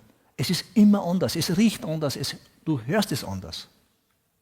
Aber die Stimme aus meinem Holz, aus einem Baum, den ich wachsen gesehen habe, den ich gefällt habe, den ich geerntet habe, die Stimme habe ich. Nicht für Möglichkeiten. Und dann habe ich mir gedacht, was war, wenn die zwei nicht gekommen waren? Was hätte ich mit dem Baum getan? In irgendeine große Industrie geschmissen und im besten Fall in die Bredel geschnitten und nach Arabien oder sonst wo hingeschippert. Dann habe ich mir gedacht, die haben kein Messgerät, nichts, keine Technik, nur Intuition, Gehör, die Sinne und machen sowas aus einem kleinen Batzel Holz. Dann haben wir es zum Essen eingeladen und beim Essen habe ich denen das erzählt, diese Gedanken. Dann haben die gesagt, ja, eine Geige ist schon was Besonderes. Eine Geige ist ja eigentlich nur ein halbes Kilo Holz. Es ist ja tatsächlich nicht mehr. 450 bis 500 Gramm Holz, sonst nichts. Aber es ist in die richtige Form gebracht. Da ist die Liebe, die Erfahrung, die Meisterschaft von Generationen drauf. Und die bringt es hervor. Und sie haben gesagt, die großen Meister des Geigenbaus, die haben das vor 300, 400 Jahren gemacht. Und wenn du heute so eine Stradivari oder eine Guarini kaufen willst, dann musst du 50 Kilo Gold auf den Tisch legen für ein halbes Kilo Holz. Als Förster, der Holz verkauft, ist das nicht schlecht. Und ich habe das begriffen, jetzt geht es nicht um diesen Preis. Es geht auch nicht, dass man alles vergoldet, das ist völlig unsinnig. Aber ich habe eins begriffen. In meiner Familie hat es die Großväter waren lauter Handwerker. Ich habe plötzlich begriffen, dass die Generationen vor uns punkto Wertschöpfung besser drauf waren wie wir und längerfristiger gedacht haben. Und war schwer beeindruckt. Und am nächsten Tag, die sind dann heimgefahren, am nächsten Tag bin ich in den Wald raus und habe eine Ladung Holz verladen. Und da sind ein paar LKW gewesen, habe das verladen. Und dann sind die gefahren aus unserem Tal raus und den weiten Weg in die Spannplattenindustrie. Dann habe ich mir gedacht, was passiert jetzt mit den Baum? Die werden dort verhäckselt, in eine hochgiftige Leimbrühe gerührt und dann werden so Platten presst. Und dann kommen Designer, die daraus Möbel entwerfen, die tunlichst so gebaut sind, dass sie beim nächsten Mal umziehen kaputt gehen, damit der Kunde gezwungen ist, wieder ins Möbelhaus zu gehen und die nächste Generation zu kaufen. Nach so kurzem Zeitraum, wie es geht. Geplanter Verschleiß nennt man das. Den gibt es natürlich nicht nur bei Möbeln, sondern bei allen. Und wenn so ein kurzer Nutzungszyklus vorbei ist, schmeißen wir es weg. Wir haben ja die großen Sondermülldeponien und dann können nicht die anderen verarbeiten. Und dann bin ich in meinem Wald gestanden und habe mir gedacht, ich will so nicht arbeiten. Ich will so wie der Opa arbeiten. Der Opa, der mit der Hock Balken aus dem Stamm außer behauen hat, wo heute Häuser da stehen, die Liebhaberstatus haben.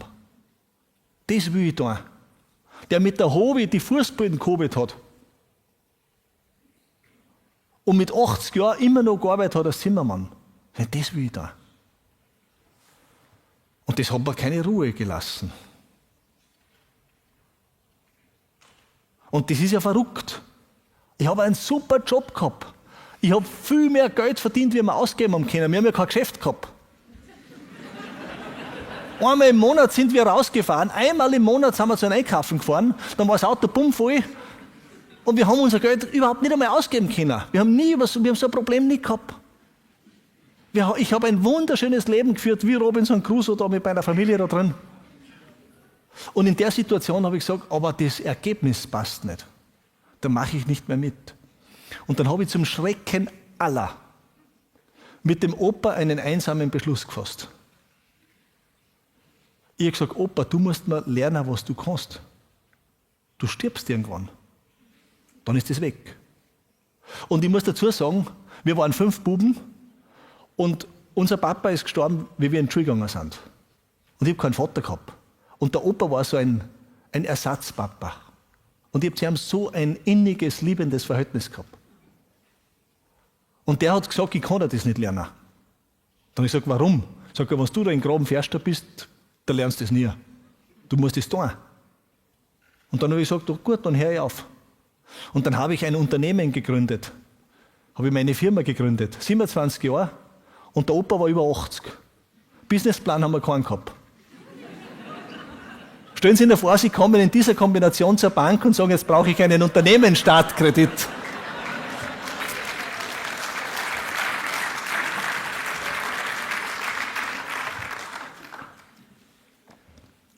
Dann ging die Reise los. Dann hat der Opa gesagt, pass auf, eins sage ich dir gleich, wenn wir jetzt anfangen, aus Holz was machen, dann musst du mir das beste Holz bringen. Und beim Holz habe ich mich auskennt, als Förster, die Zusammenhänge zwischen Wachstum, dem Wald, das Wetter, das Klima, die Zellbildung, das war eine Welt, da bin ich aufgegangen. In einen Baum habe ich mich so eindenken können, wie wenn ich drin war, wie wenn ich selber der Baum war. Da habe ich mich auskennt. Und dann habe ich gesagt, wie machst du das, Opa, dass wir Spargel stechen und halt nur jeden 100. kaufen, weil im Wald sind die Bäume verschieden. Und haben wir schon gedacht, da werden die Förster nicht mitspielen, weil ich jetzt auch nicht gemacht, einen nur die Besten geben. Da heißt es alles oder nichts. Und dann sagt er, nein, das meine ich nicht, du kannst ein ganzes Los oder auf einen guten Platz sind alle nehmen. Aber du musst es zur richtigen Zeit schlagen. Sag ich, was zur richtigen Zeit? Sag ich, im Winter bei abnehmendem Mond. Mondholz. Aber ja. Aber ja. Ich mir denkt, jetzt kommt mir der Opa am Beginn unserer Reise mit Esoterik. Das geht gar nicht. Und ich habe mir aber nicht traut, ihm zu sagen, den Blödsinn mache ich nicht. Und haben mir gedacht, ich war bei den guten, besten Professoren in Wien und die hätten mir erzählt, wenn das eine materialtechnische, wissenschaftlich nachgewiesene Relevanz hätte. Die haben aber kein Wort gesagt, also ist das ein Blödsinn. Und außerdem, muss ich sagen, war ich ein bisschen, ich hätte mir es zwar nicht sagen traut, aber innen drinnen ein bisschen eingebildet. Weil ich mir denkt, ich habe ja studiert und alles gelernt. Und wisst ihr, was der Opa für eine Kindheit gehabt hat? Der Opa war mit 6 Jahren vollweise, ist nach dem Ersten Weltkrieg da in der Zeit zu einem Bauern gekommen und hat immer gesagt, er hat das große Glück gehabt, dass das anständige Leute waren, die ihn behandelt wie ein eigenes Kind. Normalerweise sind die Kinder, solche Kinder damals wie Sklaven behandelt worden. Und die haben ihn aber einen Beruf lernen lassen. Dann hat er seinen Beruf, den er wollte, der Zimmerer lernen dürfen. Und kaum hat er Arbeit angefangen, ist der Hitler gekommen und der Opa ist als junger Bub an der Ostfront munter geworden, an einem Platz, wo fast keiner heimgekommen ist. Und nach Jahren ist er wieder heimgekommen und hat wieder Zimmer angefangen und bis über sein 80. Lebensjahr ist er auf der Baustelle, wenn er zimmert. Und ich habe mir gedacht, Opa, du hast ja keine Schule gemacht. Aber ich schon. Ich habe studiert, ich habe mich auskennt. Und Mondholz mache ich ihm nicht. Habe ich geglaubt. Und der hat mich genau kennt. Und wir haben uns ja mögen. Es war nicht so ein Verhältnis. Und hat gesagt, du willst es nicht tun, du musst es ausprobieren. Ich denke, der hört nicht auf. Und dann wieder. Und dann habe ich mir gedacht, ist ja wurscht. Das kostet nicht mehr. Die Arbeit ist die gleiche. Ob ich zu der Zeit umschneide, die er will, oder zu der Zeit, die der Zufall ergibt, dann schneide ich es halt zu der Zeit um, die er will. Und dann habe ich das so organisiert und habe meine erste Mondholzpartie auf der Gerlos oben, ganz hoch oben, wo man von den Krimmler Wasserfällen ins Zillertal fährt, da haben wir das Mondholz gehackt. Fichten und Tannen 200-300, Fichten und Lärchen 200-300 Festmeter. Und ich war dabei und bei jedem Baum, der gefallen ist, habe ich da meinen Namen aufgeschrieben, dass das nicht verwechselt werden kann. Und wie der Neumondtag war, habe ich gesagt, Schluss. Opa hat gesagt, nur bei abnehmendem Mond, jetzt hören wir auf, meine Partie ist fertig. Und dann sind meine Stämme auf die Almwiesen neben dem Wald draußen rausgefahren worden und gelagert worden. Und die Holzarbeiter haben im Wald weitergeschlagen. Und das Holz, was dann angefallen ist, hat ein anderes Sägewerk gekauft. Und das ist 50 Meter neben Main, ist das andere gelagert worden. Und dann war die Aktion dort beendet und die sind heimgegangen und der Schnee ist gekommen und das Holz ist liegen geblieben. Und im Frühjahr waren die 2 Lager nach oben. Und das war ohne zu beabsichtigen ein interessantes Experiment. Mondholz und Nicht-Mondholz vom selben Platz, im selben Monat Jänner, im tiefen Winter geschlagen, nebeneinander gelagert. Und ausgerechnet in dem Frühjahr bin ich nicht recht zusammengekommen mit meiner Arbeit. Und wir haben es eigentlich, wollten schon wegkommen, im Mai ist noch oben gelegen, in Rinde. Und ein Stamm in Rinde ist natürlich schlecht im Frühjahr. Weil der hat keinen Kontakt zu den Wurzeln. Und wenn der Käfer da reinbohrt, kann der nicht sagen, Mikroorganismen, Käferabwehrstoffe her. Der ist wehrlos. Und dann können die da einnisten und sich exponentiell vermehren, das wollen wir nicht. Jetzt bin ich aufgefahren und habe mein Holz kontrolliert und man denkt, jetzt hoffentlich fällt noch nichts, die nächste Woche fahren wir weg damit. Im Mai. Und der Käfer schon geflogen. Und dann waren meine Stämme und da habe ich einen Hock mit und Rinde entfernt, da war nichts und ich war beruhigt. Da war ich fertig. Da muss ich die Zimmer anschauen. Was macht ein Holzmensch, wenn er allein auf der Alm steht, vor seinem Holz und da drüben ist das vom Nachbarn? Natürlich bin ich da rüber, war ich allein und habe beim Nachbarn die Tagesbücher der Bäume gelesen und die Jahresringe angeschaut. Ich wollte ja wissen, ob dem Nachbarn seins besser oder schlechter ausfällt wie meins. Sowas muss man wissen, ist eh klar. Und ich komme da um mich und schaue geschäftig. Auf einmal denke ich mir, was ist denn da los? Massiver, dicker, flächendeckender Borkenkäferbefall. Hä? Alle sind da drin. Dann bin ich zurück und ich habe es bei mir übersehen und gesucht, nichts. Hey, Moment einmal. Ein Käfer, der hat kein Placebo. Warum versammeln sich die alle beim Nachbarn? Naja, das ist ja biologisch, also wenn man ein bisschen logisch denkt, das geht ja nicht. Dann bin ich hin und her und dann habe ich begriffen, dass der Opa Dinge weiß, die uns nicht gelehrt wurden. Echt, wow. Und bin heim und habe das aufgeschrieben, mein Tagebuch geschrieben. Und man denkt, wer weiß es? Meine Kinder sind noch klein, wenn die zuwachsen, vielleicht interessiert die das einmal. Heute ist es soweit. Ich habe den großen Segen, dass mein Sohn das Geschäft leitet, sonst konnte ich gar nicht da sitzen, sonst müsste ich daheim sein und arbeiten. Und ich habe aufgeschrieben und dann habe ich begonnen, das zu untersuchen. Und wir haben kleine Experimente, da kann ich gar nicht einmal Forschung sagen, gemacht. Haben wir dann gesagt, okay, jetzt, dann, wenn das so ist, probieren wir es. Nochmal, 5 Bäume Mondholz, nicht Mondholz, lassen wir es daneben liegen. Dann sind wir draufgekommen, dass dieser Käfer, wenn er die Auswahl hat, immer zuerst das Nicht-Mondholz frisst. Und Mondholz nur in letzter Not, bevor er ganz verhungert. Und dann sind wir draufgekommen, dass die Pilzbeständigkeit noch dramatisch höher ist. Wenn du so einen Stamm im Frühjahr oder im Sommer, im Juni irgendwann erntest und hinlegst, eine Fichten, eine Tanne, die ist nach 14 Tagen, aber längstens nach 4 Wochen vollkommen mit Bläuepilz durchzogen. Der Pilz, der schießt förmlich rein. Wenn du Mondholz hinlegst, kannst du das ein Jahr liegen lassen, der geht nicht rein. Erst im 2. Jahr kommt er rein. Ein Jahr. Die Resistenz ist dramatisch höher. Und wenn du es schneidest, ist es sowieso nachher nochmal exponentiell vergrößert. Wenn es geschnitten und getrocknet ist. Wow, mir ist eine Welt aufgegangen. Ich meine, wie gibt's das? Wie gibt es das? Dass wir das nicht lernen. Wir haben gelernt, Holz im konstruktiven Bereich muss mit Xylodecor und Xylamon und wie das alles geheißen hat, gestrichen werden. Die brutalsten Gifte für Mensch und Umwelt, Mitwelt. Das Brutalste, was es gibt. Und dann kommt der alte Opa daher und sagt mir, wie man ein Haus baut, das 500 Jahre alt, ohne dass du irgendwas draufschmierst. Wow. Die Jahre mit dem Opa waren für mich ein Geschenk. So ein Geschenk. Und ich habe Tagebuch geschrieben. Sitzt eines Tages ein Kunde bei mir einen Fußboden zu kaufen. Unsere Firma war damals noch ganz klar. Vollholzboden. Natürlich haben wir da nichts verklebt. Das habe ich auch von Opa gelernt. Reinheitsgebot. Der Opa hat gesagt, ein Zimmerer, der einen Pinsel braucht, der ist kein Zimmerer. Haltbarkeit stellt man mit dem richtigen Holz und mit konstruktiv richtiger Konstruktion her. Und Verbindungstechnik ist Mechanik und nicht ein giftiger Pick. Okay, kommt ein Kunde und kauft einen Fußboden und ich habe ihm so erzählt und plattelt wegen der Holzernte und der schaut so und dann haben wir halt über den Opa und der ist auch irgendwo gewesen und der schaut und fasziniert und der ist immer ruhiger geworden und plötzlich sagt er, Herr Thoma, Sie müssen ein Buch schreiben über das Wissen vom Großvater, was der noch über Holz gewusst hat.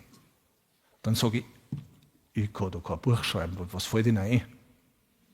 Ich bin ein Holzmensch. Sagt er, Sie haben eins geschrieben, vor Ihnen liegt ja ein Manuskript. Sag ich, es ist kein Manuskript, das ist mein Tagebuch. Da sagt er, genau, Sie müssen nur das, was da drinnen steht, so schreiben, dass man es flüssig lesen kann. Das ist ein wunderbares Thema. Sag ich, nein, das ist nichts, weil ich habe nicht einmal einen Verleger, ich kenne mich da überhaupt nicht aus. Sagt er, passen Sie auf, wenn Sie bereit sind, das zu machen, haben Sie einen Verleger. Ich verlege Ihnen das Buch. Da habe ich mir gedacht, ja, vielleicht ist das gar keine schlechte Idee. Warum nicht? Und er hat gesagt, lassen Sie mich drüber schlafen, aber wenn Sie das machen wollen, warum nicht? Einige Tage später habe ich bei meinem Steuerberater zu tun gehabt, Buchhaltungsgeschichten, dann haben wir das alles geklärt und dann noch einen Kaffee getrunken und dann halt, wie man sich unterhält, sagt er, wie geht's und so, und sage ich, nebenbei, sage ich, stell dir vor, was ich jetzt mache, ich glaube, ich schreibe ein Buch.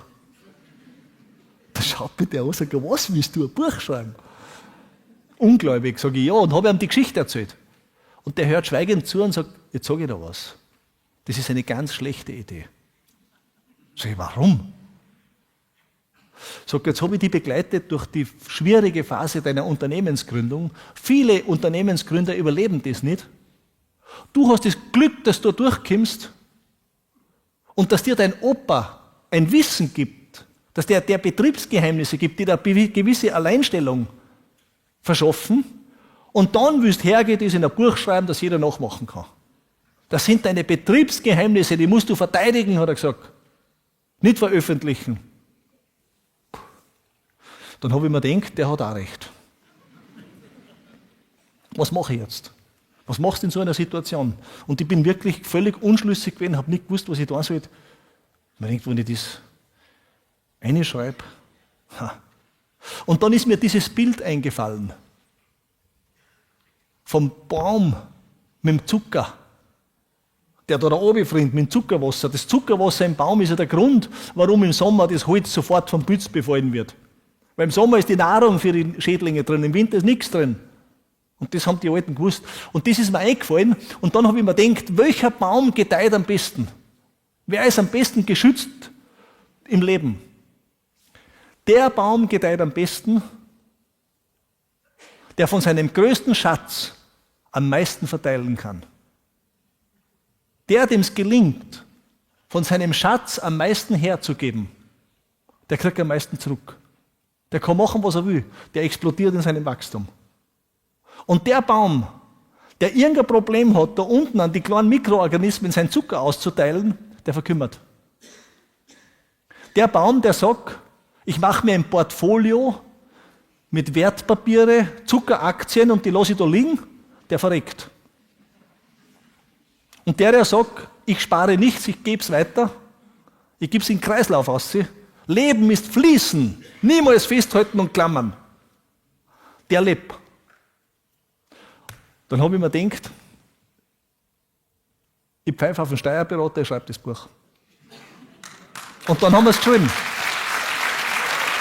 Und, naja, schauen Sie, das ist ja noch keine Heldentat. Ich habe es halt da. Ich habe halt irgendwie die Intuition zulassen und habe es da. Aber was dann passiert ist, da habe ich geschaut. Das Buch war kaum am Markt. Dich sah ich wachsen, was der Großvater noch über Holz wusste.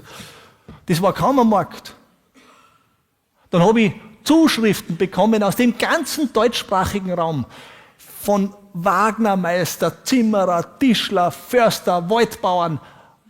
wirklich aus dem ganzen deutschsprachigen Raum. Ich habe Erfahrungsberichte gehabt zu diesem Thema, die findest du auf keiner Uni der Welt. Ein geschenkter Schatz.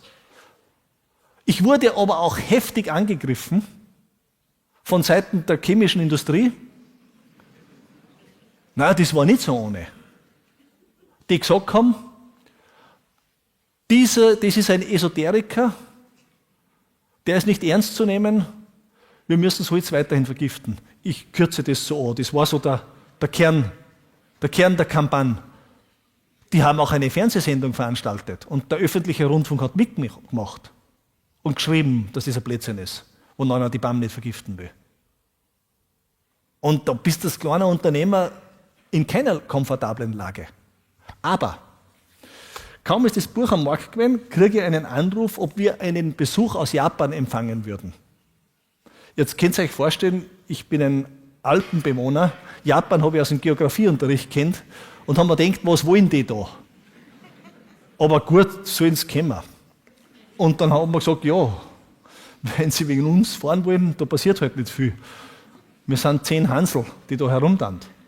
Und dann sind die gekommen, die Japaner, und der Leiter der Delegation war offensichtlich ein buddhistischer Mönch mit dem geschorenen Kopf und mit dem orangen Tuch rundum. Und Dolmetscher waren mit und das war eine ganze Delegation. Und haben viele Fragen gestellt. Und dann habe ich gesagt, jetzt möchte ich fragen, warum Sie hier sind. Dann hat der gelacht und gesagt, ja, Sie erklären mir gern, er ist der Leiter von dem Kloster in Japan, das als ältester Holzbau der Menschheit gilt. Das Gebäude mit den 5-geschossigen Pagoden, ein ganzes Ensemble, ist mehr als 1600 Jahre alt, in Südjapan, in der Kaiserstadt Nara. Und in diesem Kloster gibt es genaue Aufzeichnungen, wie die Brüder das vor fast 2000 Jahren, vor 1600 Jahren gebaut haben. Wie sie die Bäume geerntet haben, wie sie die behandelt haben. Und er hat von einem Schüler aus Deutschland, von einem Buch erfahren, das genau diese Methode beschreibt. Das war mein Buch. Und da waren die so erstaunt, dass sie gesagt haben, sie machen die Reise nach Europa und schauen sie den an, der sowas schreibt. Da war ich platt. Und das Einzige, was ich dazu sagen habe können, war, dass ich mir sicher bin, dass der Opa noch nie in Japan war. Also da hat es keinen Wissenstransfer gegeben. Dann sagt der Mann zu mir, was Sie machen, ist gut. Dann habe ich gesagt, warum? Dann sagt er, weil wir sehen, dass Sie so zu arbeiten versuchen, dass Sie tatsächlich keine Spuren auf dieser Welt hinterlassen. Und das habe ich verstanden. Und das hat mir irgendwie gut getan, weil das war für uns eine extrem schwierige Zeit. Wir haben uns bemüht, Bäume so zu verarbeiten, dass das gesund bleibt. 2 meiner Kinder haben, wie wir vom Forsthaus weggezogen sind in ein neues Haus, eine Holzleimallergie gehabt. Und die sind dadurch gesundet, dass der Opa mit mir alles rausgerissen hat, was an Spannplatten drin war, dann waren sie gesund. Und das hat mich auch so geprägt, dieses Erlebnis. Und darum war das Bemühen so, dass wir 100%ig sauber arbeiten. Dass wir abfallfrei arbeiten. Dass wir das, was das alte Handwerk so wertvoll gewusst haben, mit modernen Methoden verbinden. Und wir sind die ersten Jahre nur angefeindet worden. Auf der einen Seite. Auf der anderen Seite haben wir aber Kunden gefunden, die uns immer wieder Aufträge gegeben haben und leben haben lassen. Diesen Kunden der ersten Generation bin ich ganz besonders dankbar. Und da war ich in der Situation natürlich irgendwie dankbar, dass der Mönch aus dem fernen Japan das wenigstens erkennt, wenn es von dir daheim schon keiner sieht, was verdammt. Und dann sagt er zu mir, ich werde Sie deshalb unterstützen. Und dann habe ich mir gedacht, der ungläubige Thomas, wie willst du mir helfen? Ich sehe dich ja nicht mehr. Und dann sind sie gefahren. Kurze Zeit später kam ein Anruf aus Japan. Ein Verleger aus Tokio hat angerufen und gesagt, er hat den Auftrag bekommen, nicht er will, er muss mein Buch auf den japanischen Markt bringen. Da habe ich gestaunt. Dann habe ich gesagt, natürlich bin ich bereit dazu. Dann ist das geschehen. Und 2-3 Jahre später habe ich in Japan mehr Bauten stehen gehabt wie in meinem Heimatland Österreich. Und alle Häuser, Und alle Häuser, die ich nach Japan verkauft habe, wurden im Vorhinein zu 100% Cash bezahlt. Und wir haben bei keinem einzigen der Japan-Aufträge um Rabatt verhandelt. Die haben uns das gegeben, was wir verlangt haben, was wir braucht haben. Und mit dieser Welle habe ich mein Forschungszentrum bauen können und den richtigen ersten Impuls geben können, dass ich das Unternehmen wissenschaftlich arbeiten konnte und die Forschung und dass wir unsere Arbeit weitergebracht haben. Und von dem Tag an habe ich eins kapiert, dass die Gesetze des Lebens, die das Leben befördern, 100%ig universell sind. Und ich habe kapiert, dass das Leben immer den Unterstützer am meisten unterstützt. Und ich habe kapiert,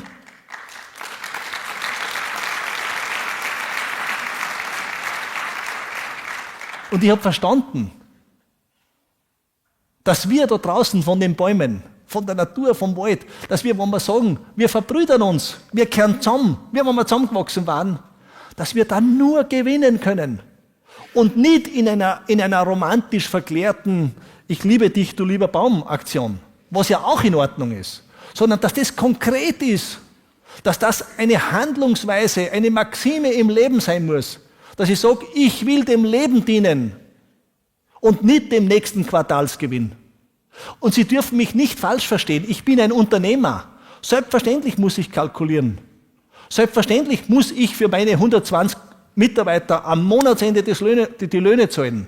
Und ich will keine Hungerlöhne zahlen. Ich will denen 10-20% mehr bezahlen, wie in irgendeinem Tarifvertrag steht. Und damit ich das kann, muss ich ganz, ganz konsequent mit Zahlen umgehen. Meine Bilanz, das ist für mich so wie die Axt für einen Zimmermann, das ist ein Werkzeug. Und wenn das Werkzeug nicht scharf ist, kannst du nicht arbeiten. Aber es ist niemals das Ziel. Niemals. Und was wir heute in der Wirtschaft treiben, ist der helle Wahnsinn. Wir haben ein System, wo Manager eingesetzt werden, die daran gemessen werden, wie viel Geld das die nächsten 3 Monate hinter sich schmeißen. Auf Kosten aller und ohne Rücksicht auf alles. Das geht nicht. Das geht nicht. Diese Entkoppelung, das geht nicht. Funktioniert nicht. Und ich möchte Ihnen, und ich darf Ihnen jetzt am Teil der Technik, und ich mache es ganz bewusst am Teil der Technik, zeigen, was das bringt, sich mit der Natur verbrüdern. Ich möchte Ihnen sagen, was man machen kann, was man tun kann, nach diesen Überlegungen und nach dieser Erkenntnis. Wir haben etwas begonnen, wir haben gesagt, wir wollen Häuser bauen, jetzt nehme ich mir da so einen Block her. Wir haben gesagt, wir wollen Häuser bauen in den 1990er Jahren, nur mit Holz. Wir wollen nicht Häuser, die Plastikhüllen rundherum haben. Wir wollen keine Ständerbauten, wo irgendeiner so eine verklebte OSB-Span-Leimplatte auftut, die als Bausondermüll teuerstens entsorgt werden muss, nachdem die Ausgasungen einen Menschen krank gemacht haben, der drin war. Das wollen wir nicht. Wir wollen die Genialität, diese Schöpfungsweisheit im Material erhalten. Okay. Feuchter Traum, möchte man meinen. Dann haben wir angefangen, so die Wände zu bauen, Kreuzlagen, verdübeln, mechanisch verbinden. Dann kann ich mich erinnern, war ich auf der ersten Baumesse, wo ich das ausgestellt habe. Da ist ein Zimmermeister vorbeigekommen und dem gesagt, was habt ihr da? Was ist denn das? Sind das Möbel? Und ich gesagt, nein, das ist kein Möbel, das ist eine Wand von einem Haus. Wir wollen solche Häuser bauen. Da haben 2, 3 haben wir schon gemacht. Die haben laut Lachen angefangen, sind weitergegangen. Die haben sich nicht vorstellen können. Ich habe gesagt, wenn man ein Holzhaus baut, da muss man ja so Ständer hin tun und ein Plastikding und ein Styropor rein und sagen, jetzt ist es billig. Und Garantie gibt es, genau die gesetzliche, weil nach 10 Jahren geht das alles auf, was man zugeklebt hat, da gehen die Weichmacher raus und dann fängt das Schwitzen an und Schimmen und so weiter. Das war das Denken. Ich sage, nein, wir machen das so. Dann mussten wir natürlich, du kannst ja nicht einfach was ausdenken und bauen, dann mussten wir europäische Bauzulassungen bekommen. Und dann haben wir in die großen Prüfinstitute müssen und nachweisen, dass das Material das kann, was gefordert ist. Der erste Nachweis war F30 Brandsicherheit. Das haben wir damals gebraucht. Das heißt, 30 Minuten da aufbrennen mit 1000 Grad und da darf kein Feuer durchgehen, kein Rauch und keine Hitze. Und das muss statisch tragfähig bleiben.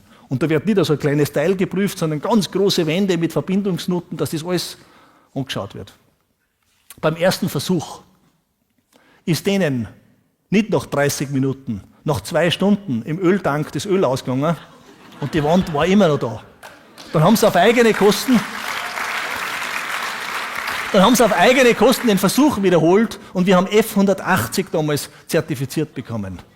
Einen 6-fachen Wert vom Stand der Technik. Weil Holz brennt. Na, jetzt, meine Damen und Herren, Sie müssen zum Klatschen aufhören, sonst wären wir nicht fertig. Machen wir am Schluss. Applaus am Schluss. Holz brennt natürlich. Natürlich brennt Holz. Aber es muss dünn sein und von Luft umspült sein. Ich habe schon Waldbrände gesehen. Wissen Sie, was beim Waldbrand passiert? Da brennt alles weg, was dünn ist. Die Astal, die Zweigel, alles brennt weg. Aber der Waldbrand ist ja ein Worst Case für diese Lebensgemeinschaft. Das ist ein Worst Case, das ist das Schlimmste, was es gibt. Aber auch da sorgt die Natur vor, dass das Leben gleich wieder weitergeht. Da gibt es jemand, der kann sofort nach dem Waldbrand austreiben, Samen bilden, abwerfen, wieder neu begründen. Und wisst ihr, wer das ist? In dem Fall kommt die Rettung von den dicksten, von denen da. Die dicken Bäume, die verbrennen nie. Die verkohlen an der Rinden und drinnen das Leben bleibt unbeschädigt. Und das ist das Prinzip. Dem Holz wohnt das inne. Wenn es dick ist, brennt es nicht. Du kannst machen, was du willst. Brennt nicht. Ich hab von den Tausenden, viel mehr wie 1000 Häuser und Bauten, die wir gebaut haben, habe ich 2 Brände erlebt. Bei einem ist beim Nachbarn die Garage abbrennt, die zugebaut war, und das Holz 100 Haus war außen angeschwärzt und unbeschädigt. Da ist nichts passiert. Und der zweite war viel grausiger, haben im ersten Stock die Mädels geschlafen und darunter ist im Zimmer ein Brand ausgebrochen. Und in dem Zimmer war so, wie man es in jedem Möbelhaus sieht, so ein geschäumtes Sofa. Ich sage euch was, meine Damen und Herren, was Baubehörden auf der einen Seite verbieten und auf der anderen Seite zulassen, ist ein Wahnsinn. Diese geschäumten Möbel, da kannst du gleich ein Ölfassel ins Haus stellen. Das ist eine Brandlast, das kann man sich nicht vorstellen. Das Haus war unten im Vollbrand. Da hat es ausgeschaut, das ist unvorstellbar, wie es da ausgeschaut hat. Und die Feuerwehr hat die Mädels oben nach einer halben Stunde rausgeholt. Wenn das ein Ständerbauhaus gewesen war, oder ein Balkendecken mit einer Brettlage oder sowas Dünnes drauf, wären die tot. Denen hat nichts gefeit. Nichts. Da geht nichts durch. Du hast jede Rettungszeit, die du brauchst. Mehr Zeit wie bei vielen Stahlbetonkonstruktionen. Weil der Stahlbeton hat die Eigenschaft, wenn er heiß wird, heiß, du siehst nichts und plötzlich kommt dieser Hitzepunkt, wo die Bewährung im Inneren versagt und bricht er runter. Also es kommt darauf an, wie man es macht. Und so ist unsere Reise durch die Forschungslabors durchgegangen. Dann haben wir Japan, weil ich es ja erwähnt habe, in Japan ist Brand, du musst auch die Zertifikate haben, aber das Wichtigste für die japanischen Baubehörden ist die Erdbebenbeständigkeit. Das ist das Allerwichtigste. Und man sagt, diese Erdbebenprüfungen in Japan sind die strengsten weltweit. Wir haben in Japan auf dieser berüchtigten Rüttelplatte in Tokio, da kannst du ein ganzes Haus draufstellen und die können technisch jede Erdbebenstärke beliebig simulieren. Haus aufgestellt. Und das ist nicht kaputt geworden. Die machen können, was sie wollen haben. Die haben Richterskala 7, 8, 9, die ist nicht hingegangen. Das ist nicht kaputt geworden. Und Sie erinnern sich sicher an diese Jahrhundertkatastrophe in Fukushima mit Tsunami und Erdbeben und dann Atomkatastrophen. In Fukushima habe ich Häuser gebaut, die stehen dort. Und wie die Katastrophen war, haben wir nichts erfahren zuerst. Und nach 3, 4 Wochen sind die ersten Nachrichten durchgedrungen und dann haben wir evaluieren können, unsere Bauten in Japan haben das alle 100%ig schadensfrei überstanden. Vollkommen erdbebenfest. Wie der Baum im Wald. Eine statisch berechenbare Säule Aber wenn die Belastung ganz wild wird, hat er trotzdem eine Elastizität und Nachgiebigkeit, die unglaublich viel aufnehmen kann und auch Energie im Inneren abarbeiten kann. Wie der Baum im Wald. Das ist ja ein Schichtensystem wie die Jahresringe. Und bei den Jahresringen im Baum gibt es das auch, was wir mit den Dübel machen. Da gibt es Querzellen, die das Ganze zusammenhalten. Sonst würden ja die Schichten auseinanderbrechen, wenn er sie birgt. Das ist alles dem nachempfunden. Dann ist das Thema Wärmedämmung gekommen. Ganz spannend. Ganz, ganz spannend. Wir haben zuerst die ersten Häuser gebaut und dann gibt es natürlich Tabellenwerte, das lernt jeder Holztechniker, was Holz für Wärmedämmung hat. Volles Holz. Und mit diesen Werten haben wir gerechnet. Dann haben wir gesehen, dass die Heizungen viel zu groß sind, was dahinterher der Haustechniker geplant und eingebaut hat. Viel zu groß.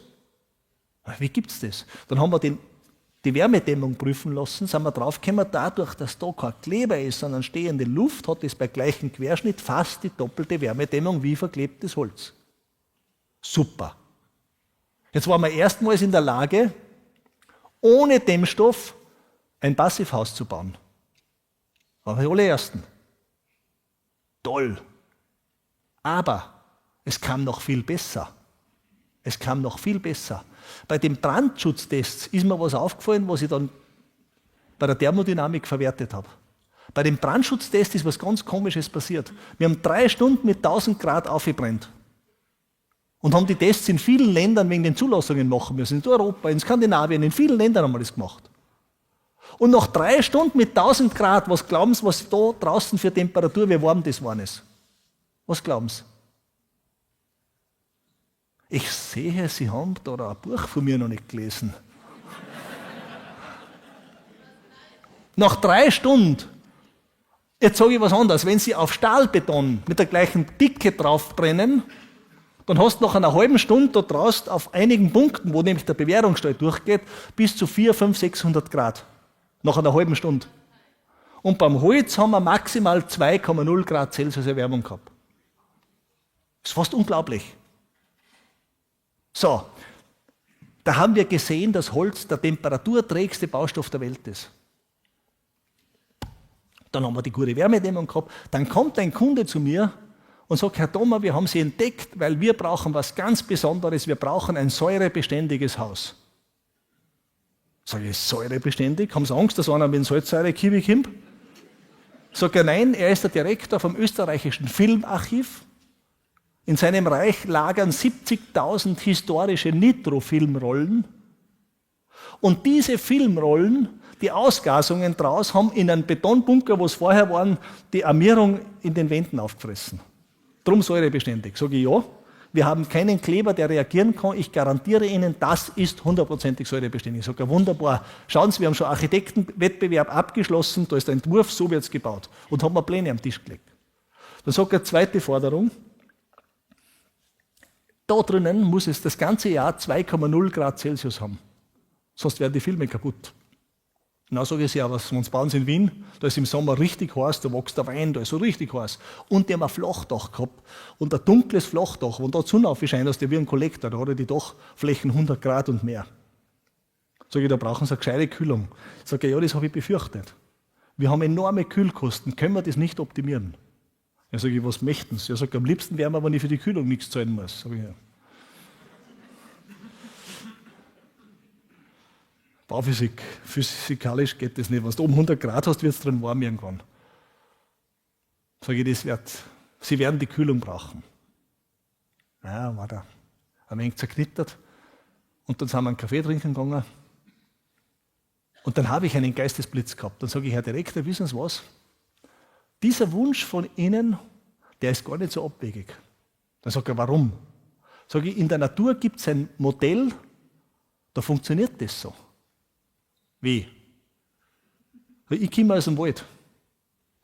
Und im Wald gibt es diese kunstvollen Bauten, die für uns ganz chaotisch ausschauen, der roten Waldameise. Sie kennen das, diese Ameisenhaufen.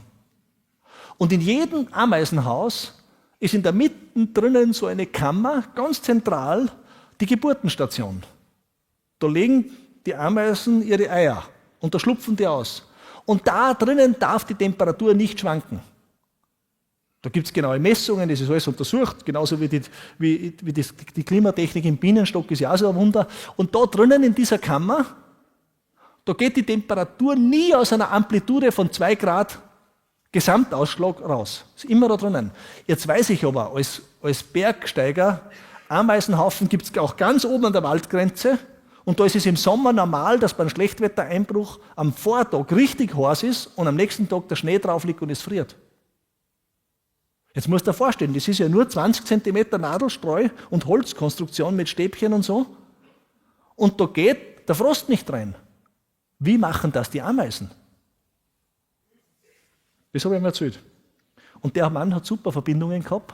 Und dann haben wir ein Forschungsprojekt mit der Technischen Uni in Graz. Da gibt es das Institut für Thermodynamik. Und die haben dann da hineingeforscht und reingeschaut, wie das funktioniert. Also die machen normalerweise thermodynamische Optimierungen für die deutsche Autoindustrie. Die machen Verbrennungsvorgänge. Die haben wir dazu gebracht, dass sie diese Wissenschaftler, dass sie Ameisenhaufen geforscht haben. Ganz spannend. Und dann haben wir gewusst, wie das Prinzip geht. Die Ameisen nutzen genau das, was ich beim Brandversuch erzählt habe, die Trägheit des Holzes, nicht die Dämmung. Kein Material kühlt langsamer aus wie Holz. Und die schaffen einen Bau, der keine Heizlastspitzen hat. Wir Menschen haben ja bei unseren Häusern das Problem, dass wir ständig Spitzen haben. Und die schlimmste sind diese Glastürme. Das ist das Dümmste, was man machen kann. Weil im Glas ist im Sommer extrem heiß, da brauchst du extrem viel Energie zum Kühlen und im Winter extrem viel Energie zum Heizen. Da hast du richtig, die Spitzen außen bilden sich innen ab und da muss ständig eine Maschine mit voller Wucht, mit voller Größe und Kapazitätsgröße dagegen fahren. Jetzt musst du extrem viel in Technik und Energieverbrauch investieren. Und nach dem Prinzip haben wir gelernt, ein Haus zu bauen, wo die Heiz- und Kühllastspitzen durch die Holzhülle übernommen werden. Und wir haben vor 10, 12 Jahren, ist das jetzt ziemlich lang aus, bei Wien das erste Gebäude gebaut, nur aus Holz, vollkommen abfallfrei, wiederverwendbar, in dem es seit über 10 Jahren 2 Grad Celsius hat und noch nie eine Kilowattstunde Energie von außen zugeführt wurde. Energieautark. Energieautark.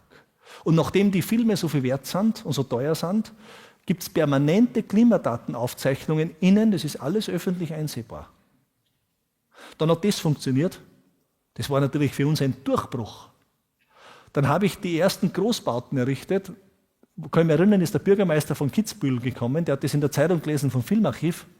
Und er hat gesagt, du pass auf, ich habe ein Bauprojekt, Bürobau 6000 Quadratmeter in Kitzbühel. Da ist im Winter kalt, Alpenstadt, minus 25 Grad gibt es da immer wieder. Kannst du mir das Haus so bauen, dass ich für die Heizung nichts zahlen muss? Ja, ist ja lässig, 6.500 Quadratmeter hast du ja ordentliche Heizkosten. Dann habe ich gesagt, das müssen wir uns anschauen. Dann sagt er, nein, nichts anschauen. Wir haben alles vergabefertig. Wenn ich den blöden Artikel nicht liess, hätte man den Auftrag schon unterschrieben. Wir haben keine Zeit. Du musst mir sagen, ob es geht oder nicht.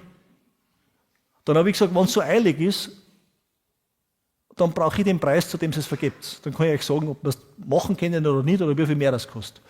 Dann hat er kurz überlegt und hat gesagt, ja, ist eh wurscht, ich kann das eh sagen. Und das ist jetzt, wann war das? Das war 2009 oder so, ist ja auch schon, das Preis ist ja nicht mehr aktuell. Aber ich weiß genau, damals waren es 12 Millionen und ein bisschen was Euro, ab Keller Oberkante, ohne den Keller, für fix und fertig, schlüsselfertig für die 6.500 Quadratmeter Bürofläche. Naja, man denkt, das ist sportlich, viel ist es nicht. Und dann haben wir ein paar Tage und Nächte gerechnet, dann haben wir uns einmal auf, ich habe gesagt, pass auf, wir können das machen. Das geht und kostet 2 Millionen mehr. Dann hat der überlegt und hat gesagt, jetzt ist es so, ich bin ein Jurist und kein Bautechniker, ich verstehe nichts vom Bau, aber ich kann einen Vertrag schreiben. Und ich schreibe jetzt einen Vertrag, und das funktioniert, dass wir da niemals für die Heizung und für die Betriebskosten was zahlen, außer für den, der einen Schnee wegschaufelt am Gehsteig, dann kriegst du den Auftrag, dann rechnet sie sich. Und wenn wir was bezahlen müssen, übernimmst du alle Kosten. Und den Vertrag haben wir geschlossen und dann haben wir es gebaut und in dem Gebäude hat noch nie jemand für die Heizung und Kühlung und Betriebskosten was zahlt, außer für Schneeschaufeln. Das ist kein Holz. Das ist kein Holz. Dann haben wir uns die Bauwirtschaft angeschaut in all den Jahren und haben gesehen, das größte Problem in allen Systemen und in allen Klimazonen, bitte, ich habe ja Häuser gebaut von den Tropen bis nördlich vom Polarkreis. Ich war ja wirklich in allen Klimazonen daheim, am Atlantik, am Pazifik, in Nordamerika, wir haben überall gebaut. In Russland, wunderbar, habe ich die Universität der Sberbank in Moskau bauen können, am ganzen Universitätscampus. Ich habe wirklich viele Situationen kennengelernt. Und die haben alles gleiche Problem. Wenn es wo Schwierigkeiten gibt und Reklamationen, dann deshalb, weil es irgendwann in den Wänden schwitzen und schimmeln anfängt. Und wir waren ja so schlau und haben ein richtiges Ziel erkannt. Ende der 1990er Jahren haben wir erkannt, dass man nicht Erdöl nach Europa fahren kann, zum Verbrennen, damit die Bude warm wird. Noch dazu, wo diese Transporte so beschaffen sind, wenn ein Tanker leck geht, haben wir eine Umweltkatastrophe, das schlimmer nicht geht. Und noch dazu, wo wir wissen, dass wir heute keinen einzigen Krieg auf Erden führen, der nicht aus Rohstoffgründen geführt wird. Das wissen wir ja. Es ist ja, der Rohstoffdiebstahl ist ja die größte Kriegsursache, die wir haben. Also das geht nicht. Das hat man richtig erkannt. Und dann ist was Unglaubliches passiert. Dann hat man gesagt, zwecks Energieeinsparen wird jetzt ganz Deutschland in Polystyrol, Styropor, wie das alles heißt, eingewickelt. Und wir Österreicher haben ja immer den Ruf, dass wir so ein Quäntchen schlampiger sind wie unsere deutschen Nachbarn. Und wir bewundern auch immer die Konsequenz unserer Nachbarn. In dem Fall muss die Konsequenz bewundern mit der Milliarden Quadratmeter von diesem Gift an die Wände. Ich sage das öffentlich. Man kann heute das giftige Flammschutzmittel dieser Dämmstoffe in praktisch in der Muttermilch jeder deutschen Mutter nachweisen. Stellt euch das vor. Unter dem Titel Umweltschutz. Stellt euch vor. Stellt euch vor.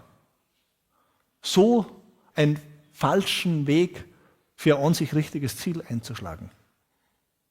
Und der Wald zeigt uns, wie man nur mit Holz das Problem lösen kann. Bei den ersten Gebäuden haben wir immer noch, beim Filmarchiv, wie auch bei diesem Büro, haben wir immer noch einen Restenergiebedarf gehabt und den alle dadurch deckt, indem wir eine kleine Photovoltaik aufs Dach da haben und eine Wärmepumpe oder irgendwas damit betrieben haben. Dann haben wir gesagt, eigentlich wäre es cool auszuprobieren, ob das möglich ist, in einer schwierigen Klimalage mit kaltem Winter ein Haus zu bauen, vollkommen ohne Technik, technikfrei. Weil immerhin, im tiefsten Sibirien hockt sich der Specht, ein Loch im Baum und überwintert da. Ich will nicht jetzt sagen, Sie müssen wie der Specht überwintern, aber von der Idee her. Dann haben wir mit wissenschaftlicher Begleitung im Berner Oberland in der Schweiz ein Haus gebaut. Das ist alles publiziert, das können Sie alles nachlesen. Das ist ein 5-Geschosser, 2 Geschosse Büro, 3 Geschosse Wohnfläche und haben über die Optimierung der Außenhülle. Und das geht aber nur dann, wenn man diese gestalterische Freiheit hat. Über die Optimierung der Außenhülle, maximal 20% Glas der Außenfläche und das Glas muss mehrheitlich Richtung Sonnenstand 13, 14 Uhr positionieren, dann die dicke Holzhülle als Langzeitspeicher und hinterm Glas einen dunklen mineralischen Boden, also einen Lehm zum Beispiel als Kurzzeitspeicher und haben das Haus gebaut. Vermessungspunkte in allen Räumen. Da gibt es keinen Ventilator, keine Luftmaschine, keine Heizung, nichts. Keine Photovoltaik, nichts. In dem Haus haben wir 3 Winter lang die Messreihen. Es hat in keinem Winter, an den kältesten Tagen, in den kältesten Perioden, in allen Räumen des Hauses, nirgendwo war es kälter wie 18 Grad. Ist nie runtergegangen. Und im Sommer nie wärmer wie 24 Grad. Das kann man machen. Stellen Sie sich vor, was uns die Natur anbietet. Das ist technisch alles entwickelt. Und denken Sie einmal, mehr wie die Hälfte des Energieverbrauchs verbrauchen wir für den heutigen Bauwahnsinn. Das heißt, eine Energiewende ohne Baukulturwende geht nicht. Es gibt bei den ganzen Umweltproblematiken, die wir behandeln, es gibt kein einziges Thema, wo wir nicht die Lösung in der Schublade haben. Aber es gibt so unglaubliche Machtinteressen, die die Lösungen verhindern. Die gibt es schon. Das muss man sagen. Nur trotzdem, es hat sich noch immer das durchgesetzt, was das Leben fördert. Deswegen sind Sie ja hier. Deswegen sind wir ja da. Das ist die größte Kraft. Ich bin total vollkommen zuversichtlich. Und ich sage Ihnen das. Und glauben Sie ja nicht. Da gibt's ja, wir haben ja auf KenFM so wunderbare Diskussionen, wo ich mit dem Ken Jebsen über das gesprochen und philosophiert habe. Und dann gibt es Leute, die schreiben dann im Chat zurück, dann schreibt jemand, das ist ja nur was für Millionäre, das ist ja teuer, das kann man sich... Das stimmt nicht. Selbstverständlich kann ich mit diesem System eine Millionenvilla bauen. Und selbstverständlich, warum soll der ein Luxushotel baut, so blöd sein und es ungesund machen? Natürlich ist es in diesem Segment auch einsetzbar. Aber wir entwickeln gerade mit zwei ganz tolle Berliner Architekten, die da herinnen sitzen, der Tom Klingbeil und der Marek Czibora. Mit den beiden habe ich in Goldeck neben dem Forschungszentrum unser Baumhaus gebaut für Tritivi, als Denkwerkstatt. Und wir haben da ganz tolle Tiny House Entwicklungen. Also mit einem normalen Baubudget kann ich das machen. Und ich kann das für wohlhabende Länder, wo nicht jeder alles selber machen kann und will, in super Industrieproduktionen serienmäßig rauslassen. Und je größer die Stückzahl, desto günstiger der Preis. Aber ich kann es auch in Ländern mit großer Armut in Selbstbauweise machen, statt menschenunwürdige Wellblechhütten. Für jeden kann ich was machen. Für jeden. Und wenn ich daheim ein Schlafzimmer habe, wo ich nicht gut schlafe und mitten im Beton bin, dann gehe ich her und nehme eine Vollholzschalung, ohne irgendeine Beschichtung, mache einen Vollholzboden, verkleide mir die Wände, schmeiß alles an Möbel aus, wo irgendeine Chemie drinnen ist, da kommt Holzbett rein und Naturtextilien, und sie haben einen medizinisch messbaren, vollkommen anderen Schlaf, und jeder, der, wie ich gesagt habe, mit EKG, jeder kann Ihnen nachweisen, dass das Herz entlastet ist, dass das Immunsystem gestärkt ist und das vegetative Nervensystem viel, viel vitaler ist. Also ich verstehe es einfach nicht, wie ein Mensch heute noch auf die Idee kommen kann, einen Kindergarten betonieren. Wie man für einen alten Menschen ein Seniorenheim mit menschenverachtendem Zeug bauen kann, als Sondermülldeponie. Verstehe ich nicht.